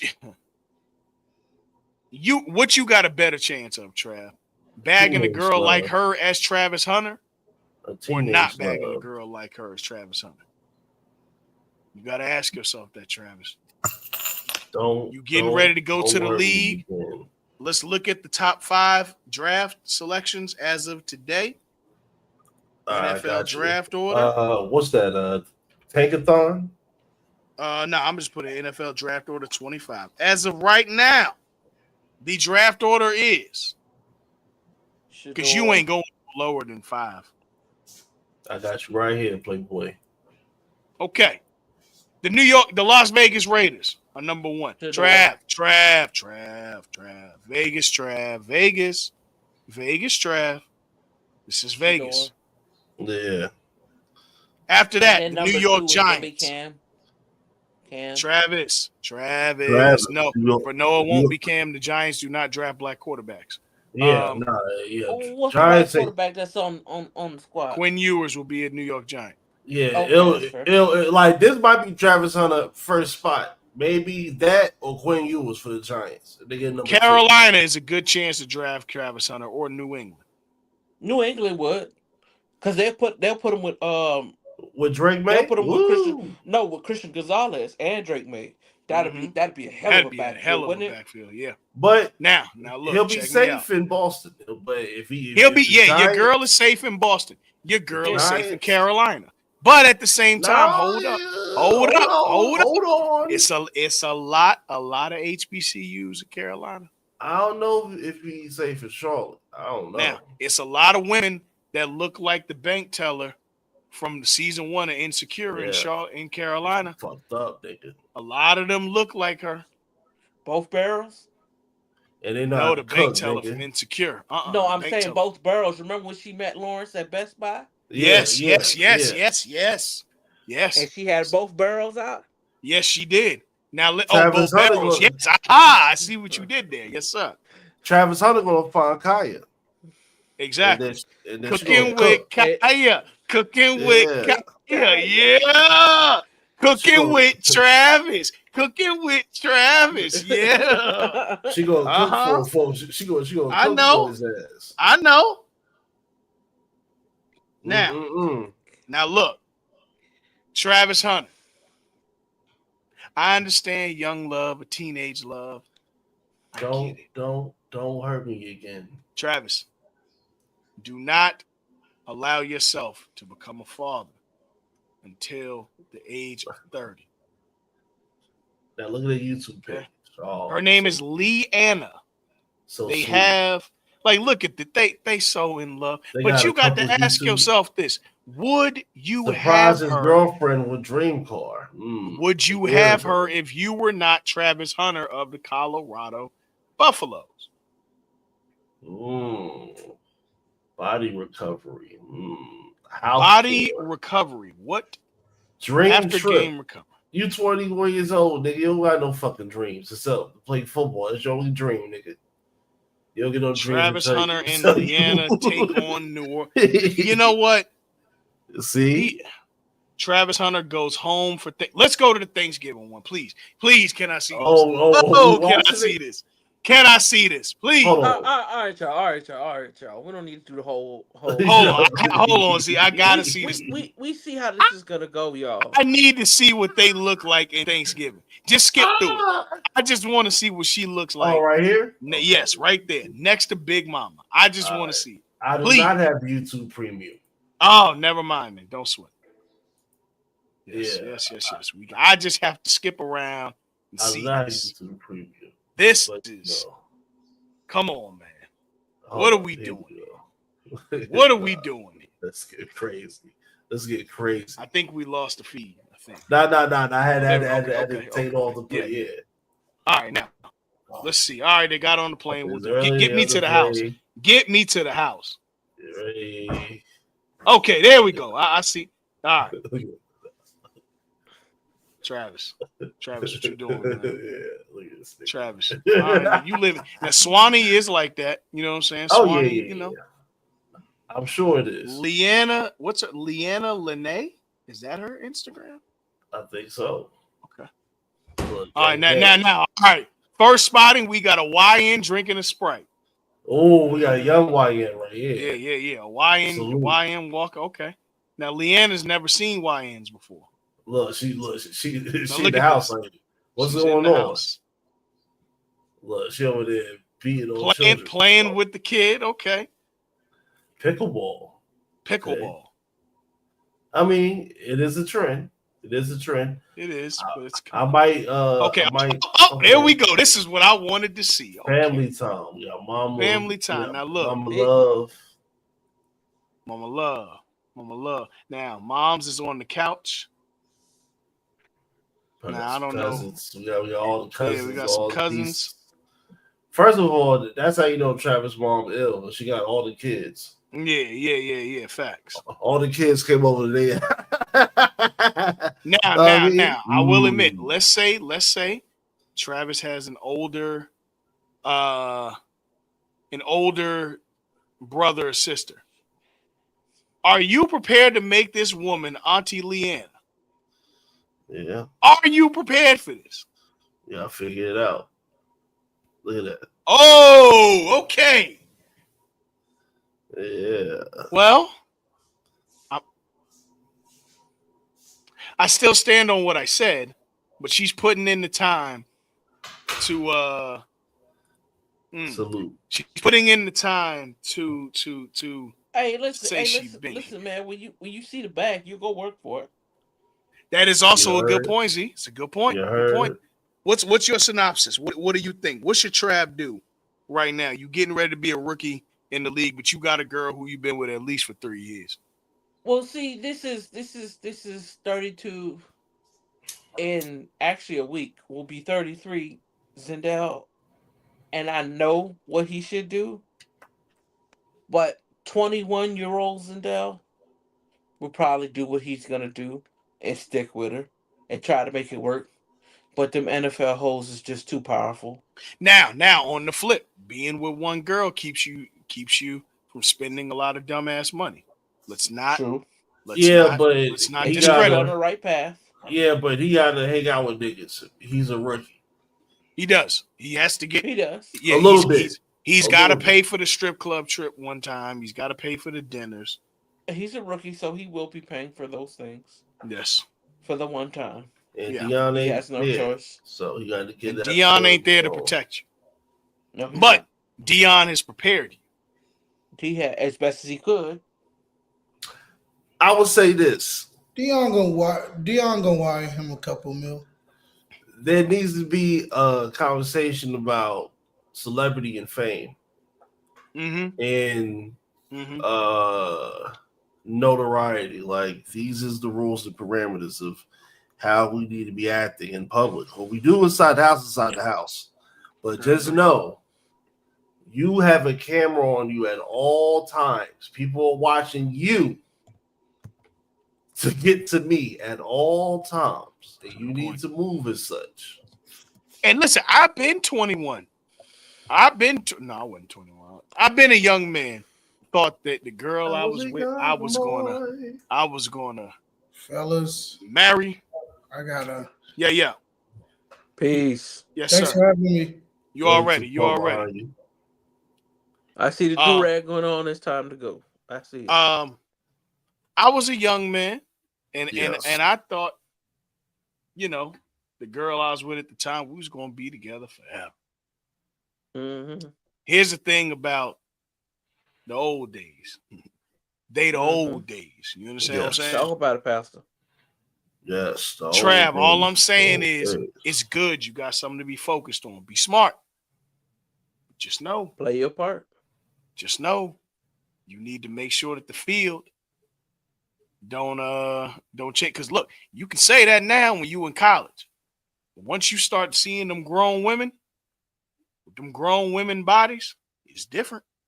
It's different. It's different. And I know you Travis Hunter. So I'm sure you seeing them in your DMs, but it's a lot different when, you know what I'm saying? They flying in to see you. It's different. It is different. Dang. See, Coach Prime can protect the student athlete. This is son. Coach Pierce, if you get drafted to the Raiders, ain't protecting no athlete from no hoes. No. You just got to fight a flight. We need somebody to come, protect them. Yeah, you got to fight a flight. Word so that's up. all. But listen, that's what we got for college football. Yes. something big happened in the sports world the past 24 hours, 48 hours. Mm-hmm. And we have a good brother with us to talk about what happened. Ooh. Reporting live. Ooh. Reporting live from City Field. I woke up this morning. I got myself a gun. Uh-oh. Yeah, that's that talk. It's talk time. that talk time. Shout out to Queens. Queens Oh, get the yeah, money. Queens Come over. get the money. Queens get the money. Queens got the money. Queens Yeah. does got the money. Apparently. And Queens it's got apparent the money. because Queens not got $1, not $1 that contract it. is deferred. Queens got the money, brother. Nah. Ain't no, we not the Wilpons don't own the Mets anymore. That's a major thing we have to think about here. We don't have an owner that got scammed by Bernie Madoff. We had an owner that still had a day job and made his money. Yes. And it was an owner by night. Yes. You know? Yes. I believe he's still working in the field, if I'm not mistaken. I think he just retired recently. He just did, yeah. I know when he recently acquired, he was still active. So it's only been a few years. So yeah. Hey man, you know. Yeah. Yeah, Nelson, let me ask you this. Yeah. No How have gimmicks, the last 18 months of being a Mets fan felt? Let's take it from the end of last season to today. You know what? It feels weirdly, and I know there's parallels here. And before I do this, trust me, this is Mets fitted, no gimmicks, gray brim. We not doing no gimmicks. We're not being cute. We're not putting 4-year patches. This is no patches. I'm not doing World Series patches.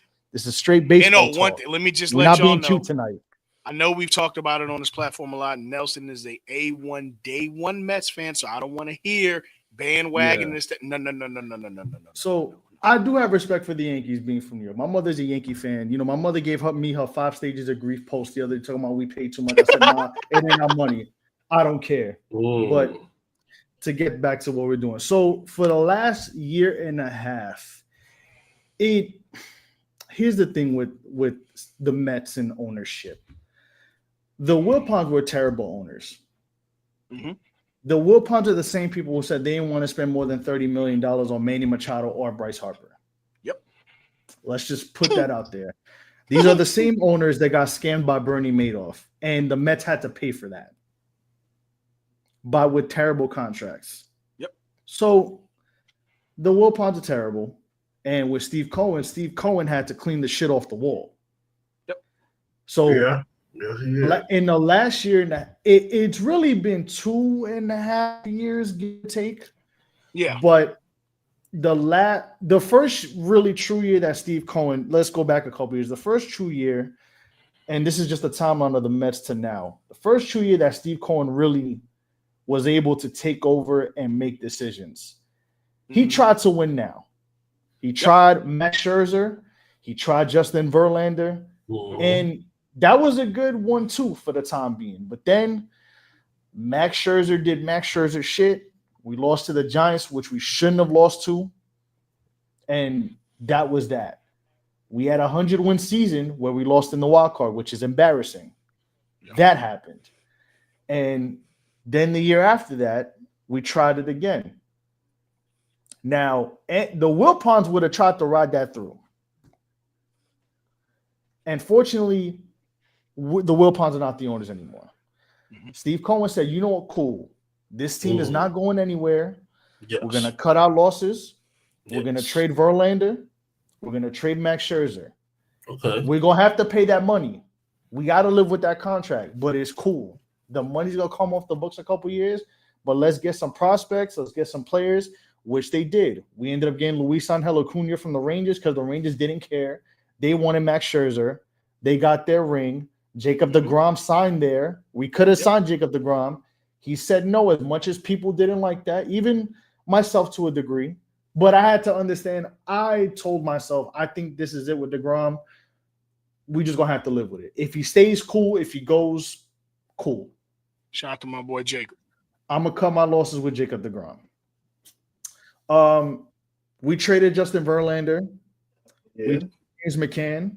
James McCann could not hit a beach ball with a Mm-hmm. 2x4. We traded him to Baltimore and we took his money. We kept that money on the books.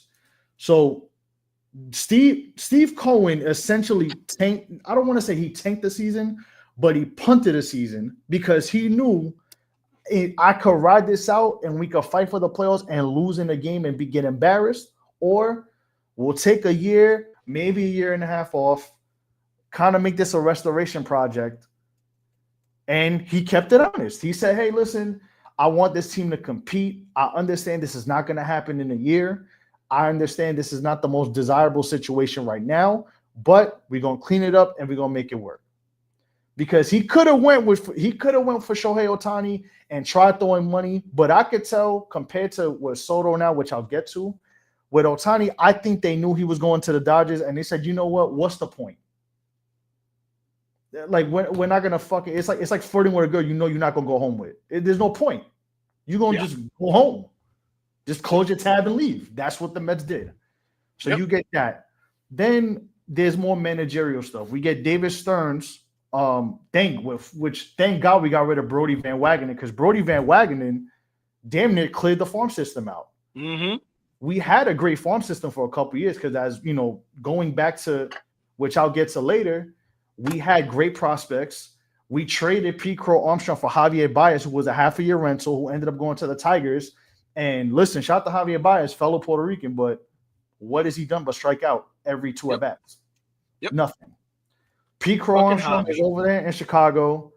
I don't even know what his stats are. I mean, we could maybe get him back. I don't know, but that's maybe that was the last straw, because Sandy Alderson was okay, but Sandy Alderson unfortunately was getting old. And like I said, the Wilpons were still the owner, so they wouldn't let him do much. And Brody Van Wagenen was just trading motherfuckers, trading prospects, trading anything. And the trades didn't really work out too much. So we got Francisco Lindor a couple years ago. That works out. We tried Verlander. We tried DeGrom. Not Verlander, Scherzer. We tried getting these older players to kind of bridge that gap. It didn't work. And Cohen and with the front office at the time decided, we cutting our losses. Let's trade these guys. Let's get younger. Let's get some good contracts. Yeah. And I think with David Stearns coming in, which was a big deal, a lot of people tried to downplay it because he was with the Brewers. But listen, the Brewers aren't world champions, but they've been a consistent playoff team. And sometimes you need that. You don't need a guy who won 18 championships. You need a guy who just understands how to build a team. Mm-hmm. And in a weird way, I know this is going to sound crazy because it's a Mets-Knicks parallel, but it weirdly feels like how the Knicks kind of slowly weeded out stuff. It is the exact same feeling. So the Mets started getting guys like you get a guy like, I'm trying to think, you get Sean Manaea, who's had potential to be a great pitcher, but has had some weird seasons because he didn't have a good season in San Francisco. I forgot who he played for the year before. He didn't have a good of a year there. You bring him to the Mets, has a hell of a year. It's pretty much our ace. And I think he's going to come back. I don't know what they're going to do with that yet. I think they were waiting for the Soto signing to happen before they decided to get to there. You get Luis Severino, great pitcher for the Yankees, all-star, but the last 2 to 3 years he's either gotten hurt. He had a knee issue, he had an elbow issue, then he didn't pitch well his last year, then he just kept getting hurt. You bring him here, he's kind of trying to get a contract. He gets himself a contract with the A's. Mm-hmm. You get Jose Quintana. So you got 3 pitchers in 1 year who were decent pitchers, who were good pitchers. They weren't top of the line pitchers, but they were guys who could eat innings, be consistent, get you strikeouts, and give you good starts. They weren't doing that well. And then this year you get Quintana also, who has been an ace a couple times. He was with the White Sox, he was with the Cubs, he was with the Cardinals, was an ace, in some of those years with them. Then he comes to the Mets, he kind of has some down years, then he gets himself back up. So now you have a reputation of bringing guys. You got Jose Iglesias, who was a fucking minor leaguer, was a nobody, decided to take the contract. He was about to quit. He was about to say, I'm not playing baseball no more. Yeah. Brings him on a minor league invite. He goes to AAA, comes up in May, and then obviously we have the Mets going that torrid run from June to, till they lost to the Dodgers in October. Yeah. So it's a good mix of young guys who have been there, because we do still have homegrown players. You have Mark Vientos who's there. You have Francisco Alvarez who's been there. I mean, Brett Beatty's been hurt, even though everybody thought he was the future, but he keeps getting hurt and he keeps bouncing between AAA and the majors. You got Ronnie Mauricio, who everybody forgot about because he tore his ACL last year. He hasn't come back yet. So with Cohen, he wanted to spend the money, and he said he was willing to do it, but he was waiting for the right time to do it. Right. Like they've put a tax against this guy. He's like, I don't care about a luxury tax. I want to win. I'm going to spend the bread. I don't care. There are people who talked about this Mets team who just don't know the context of how good the money was. They had the third highest payroll in baseball. You know, a third of that payroll was dead money. A third of that payroll was Verlander's contract, which, funny enough, they don't have to pay the Astros because Verlander didn't pitch enough innings because he kept getting hurt. Max Scherzer paid off that contract. James McCann paid off that contract. Then we got the rest of the money coming off the books. So even with Juan Soto, which is this contract is crazy, that was $130 million in dead money. You sign Juan Soto to $51 million a year, you still have almost another $100 million to spend on other players. Yep. So you got a guy who's willing to spend the money, but then it's not just the guy who's willing to throw the money just to throw the money. You also have a GM or a president, because they don't have a GM. It's just him. It's just David Stearns running everything. So David Stearns knows how to break the money down, and obviously with Cohen, he's going to give the blessing to spend the money. So it's just been the last year and a half of them signing play. They haven't gone their britches trying to get every available player, but they're getting players that fit the team. They're making good trades. You get like a guy like Jesse Winker. You got like your good mix of vets. You got your young guys. And then you have like the guys in the middle, like the guys in their prime. Like you're going to get Juan Soto. You're going to get, if they re-sign Pete Alonso. Like the last year and a half of how they turned this team, how Steve Cohen and David Stearns turned this team around is crazy. Like, yeah, it's to be remarked, or it's remarkable. I think so too. I think the main thing for the Mets is finishing the job of building this roster to be a championship roster. You have an owner who's willing to spend the money, an attractive location, an attractive building, and a team that just showcase to the world that together they will grind and grit their way to the highest of heights. Yeah, that's attractive for a few players to entertain coming in. Speaking of the Juan Soto deal, it is 15 years, $765 at base. At base. Now, the Yankees offered him $16,760,000 with incentives, and he turned it down for $15,765,000, which told me what we've known the whole time. He wants to be a Met. He's wanted to be a Met for a long time. Let's just call it what it is. It's not a knock. I'm not one of those Yankee fans that's, oh, well, fuck him. It is what it is. We went to the World Series. It was a good rental. It is what it is. It's what it is. It's not. It's what it is. You're going to lose out on something. Do I think that Big George would have handled this different? Shout out to Big George. Shout out to Big George. Well, really. But anywho, wow. Big George would have handled this differently. But in the same regard, I have no knock for this. I'm just being honest. I think that what was supposed to happen happened. It would have been great to have Juan Soto. It would have been great. But yeah, shit like this. Hey, Juan Soto, I got 2 words for you.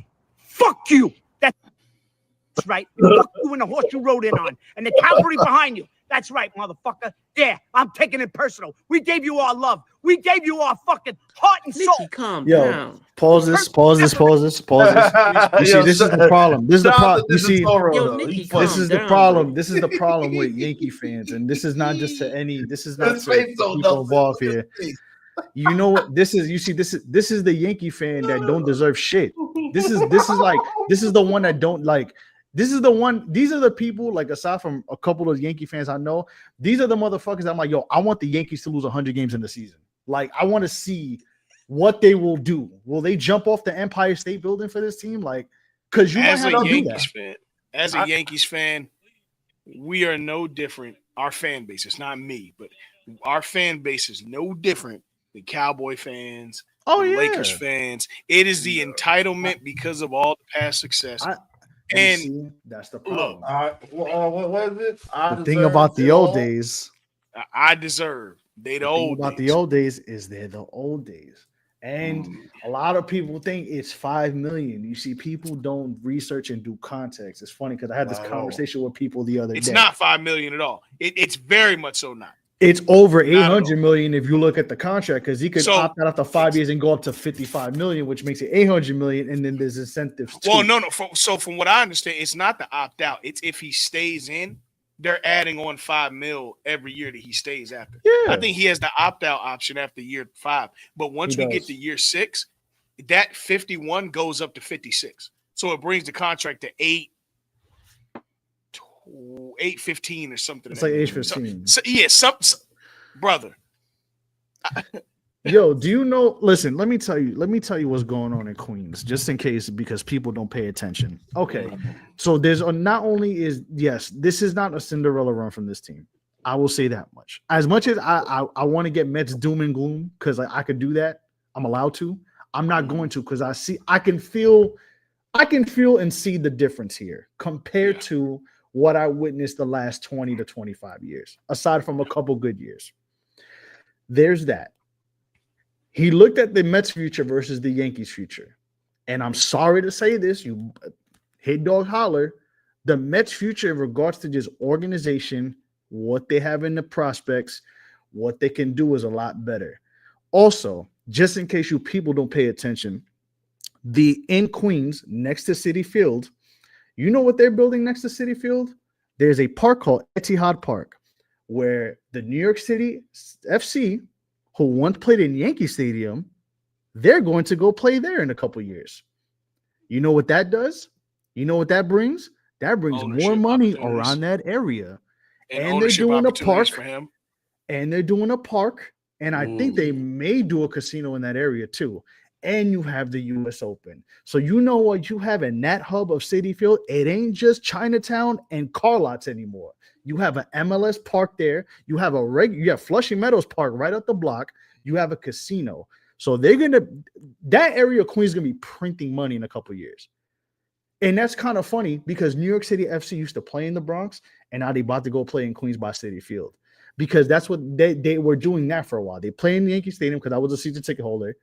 And sometimes if the Yankees made the playoffs or there was a scheduling conflict, if the Mets went out of town, they would go play at Citi Field. Yeah. And people actually, as much as the Yankee Stadium thing was cool, people actually liked going to City to watch their games more. And I think that's what the decision to make the move to Queens. Mm-hmm. So put your thinking caps on. That's revenue. Mm-hmm. Juan Soto gonna be fucking printing money. Mm-hmm. Those jerseys are printing money. Yep. Bruh, like it's not just $5 million in a year less. Like there's a lot more. It's not the family suite, because I hate you Yankee fans. The fucking family suite. It's not the fucking family suite. It's just there's a different air to it. It's like opportunities. It's opportunities. It like people. I saw somebody trying to say, "Oh, this is like the Nets signing Kevin Durant." I'm like, no, it's not. Do you watch? Like, this is different, bro. And I'm not saying this because he's on my team. Like, I literally, at first, I was like, yo, let me actually read more into this, like a normal person would. And I was like, you know what? Aside from the organizational stuff, I remember them doing the groundbreaking on Queens. I think they start in Queens. NYCFC in 2 years, I think, or 3 years. I think it's 27. I could be wrong though. So you have that. Like, there's a lot more going on than just baseball. There's more. There's more opportunities. So, I mean, hey, the Mets is just. I think people are more surprised. I think people are more surprised and upset that the Mets outbid the Yankees of all teams to get a player, compared to like if it was the Mets versus the Braves or the Mets versus the Padres or versus the Red Sox and outbidding a player. It's like, no, the Mets outbid the Yankees, like who the Yankees have a history of outbidding them. So as as the resident Yankee fan, I will say this. Over the last 7 years, I'll say. Mm-hmm. Oh. Bryce Harper, Mm-hmm. Freddie Freeman, Mm-hmm. Juan Soto, Shohei Ohtani, Manny Machado. Manny Machado. Who else? Mookie Betts. Mm-hmm.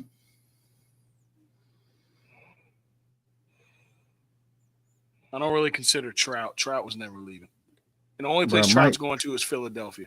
Man, Mike Trout, never. You know what? He's never leaving. And We'll be here all the night only about place, talking the about only Mike place, Trout. I ain't gonna do it. the only I place ain't he's gonna do going is Philadelphia. There's a few others.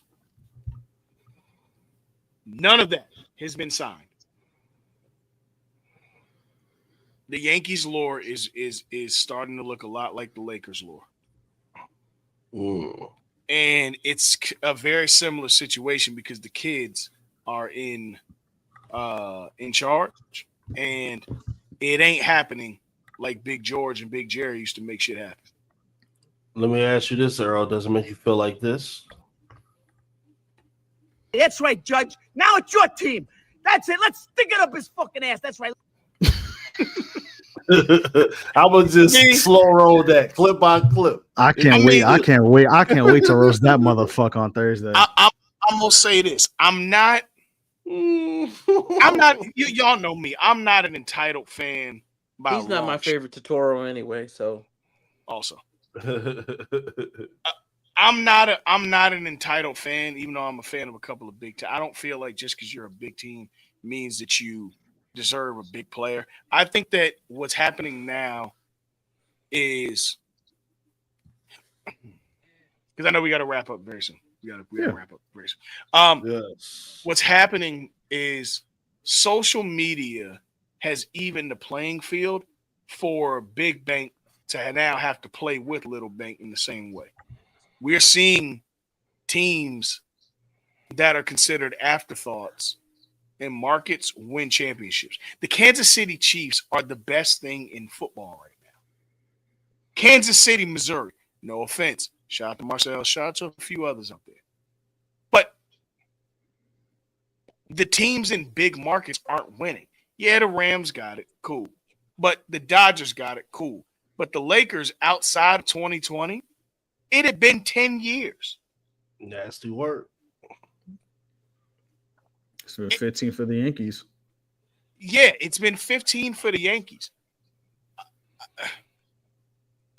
A lot of that stuff. So, no, I don't feel entitled because for the last 15 years, American sports have told you just because you're the big brand doesn't entitle you to the biggest, best players. That's not how this works anymore. And I think that ownerships in these organizations needs to realize that. I think that if you're going to play big bank, because think about it. No offense to the Mets at all, but they are still considered. It's like the Clippers. They're a small market team, quote unquote. They're in a big city, so it's a really interesting situation. But it's a small market because Queens just isn't looked at the same as the Bronx.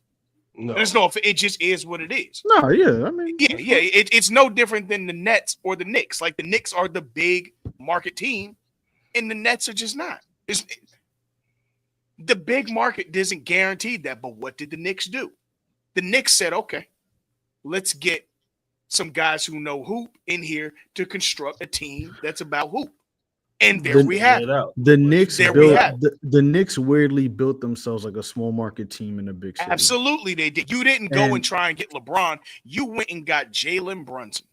Now it's no knock to Jalen. They did try to get LeBron, but no, but you did. But I'm saying, but they realized that it's not happening. People in there who realized like that didn't work. And you bet your whole summer, and the world laughed at y'all and said Jalen Brunson $100 million, and in one year he overplayed $25 million a year.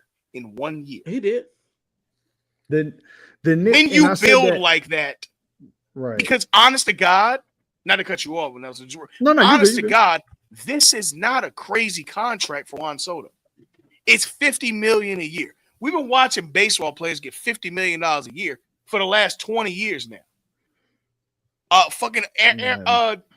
Alex Rodriguez got $50 million a year from the Yankees after all incentives and stuff. Shohei Ohtani's got 700. Y'all said it was. Shohei Ohtani got 700 for 10 years. That's 70 million in his back paid.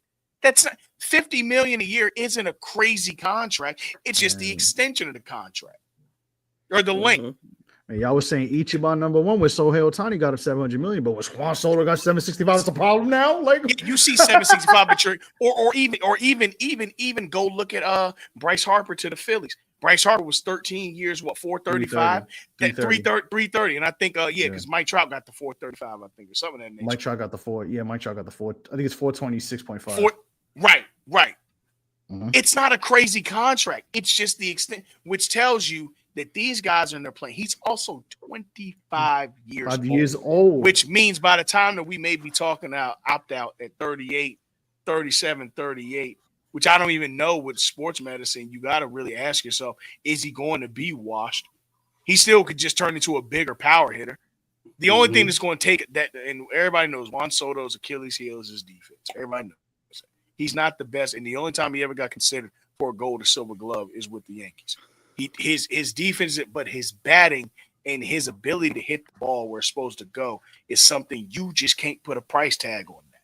The man won a World Series MVP at 20.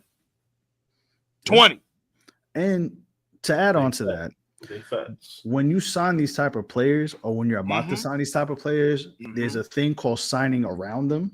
Yes. So there's a free agent signing that everybody's ignoring, that the Mets signed Jose Siri from the Rays.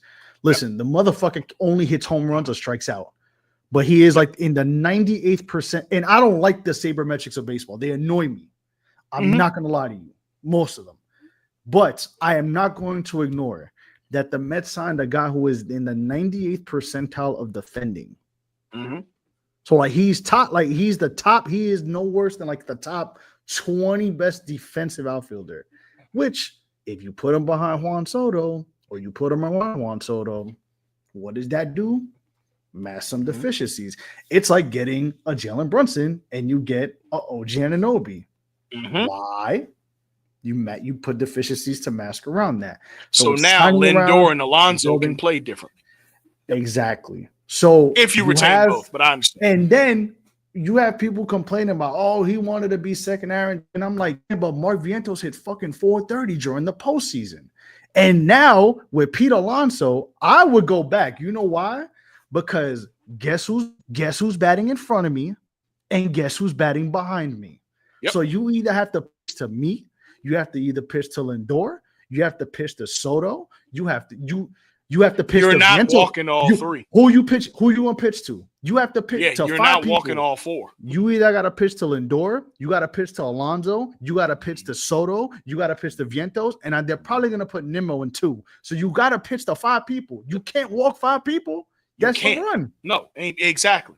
Ain't So but 3 days. That's Alonso, a run. Runs equal wins. I would try to get Alonso. I don't think, y'all, the Yankees got Max Free, which is cool because that's a nice 1-2 punch for y'all for the starting rotation.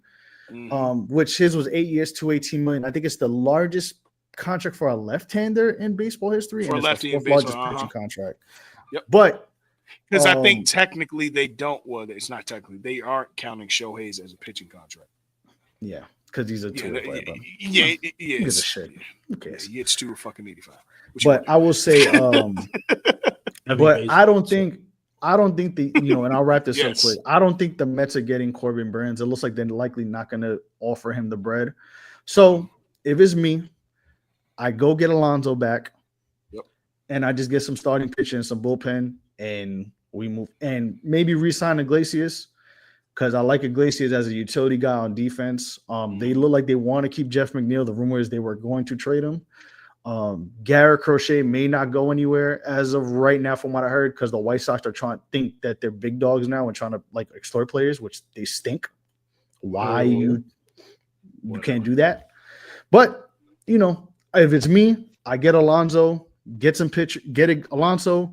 If Iglesias wants to stay cool, get some pitches, and let's go to 2025 and we'll be all right. So Nelson, I'm gonna let you close us out on this. I'm just gonna say I think that you all have the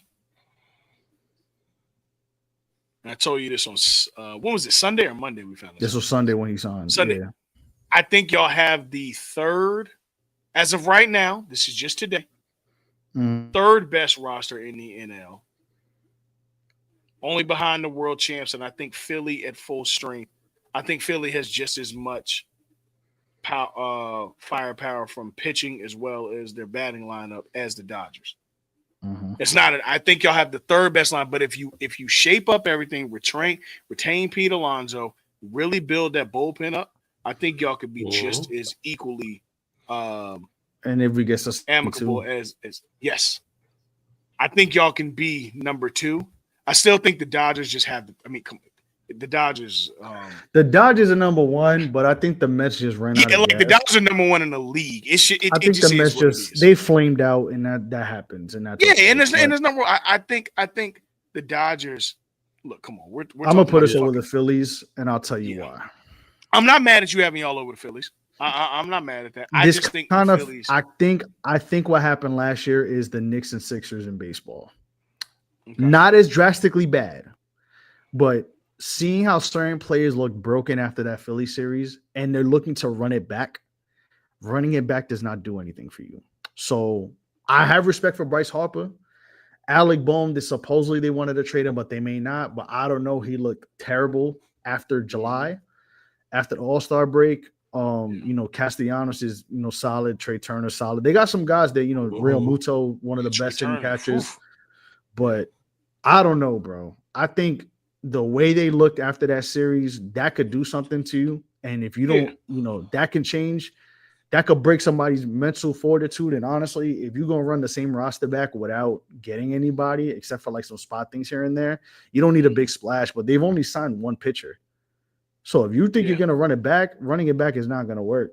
I mean, the Braves are about to come back. They're about to get their players. But to be honest, I think the Braves are having karmic reaction to signing players to Koch Records contracts, and they deserve it because it's fuck Atlanta. Yeah, Mike, I don't know. Mike, I'm sorry, but I gotta say it to you, brother. Yeah, losing Max Reed on top of losing Freeman a few years ago.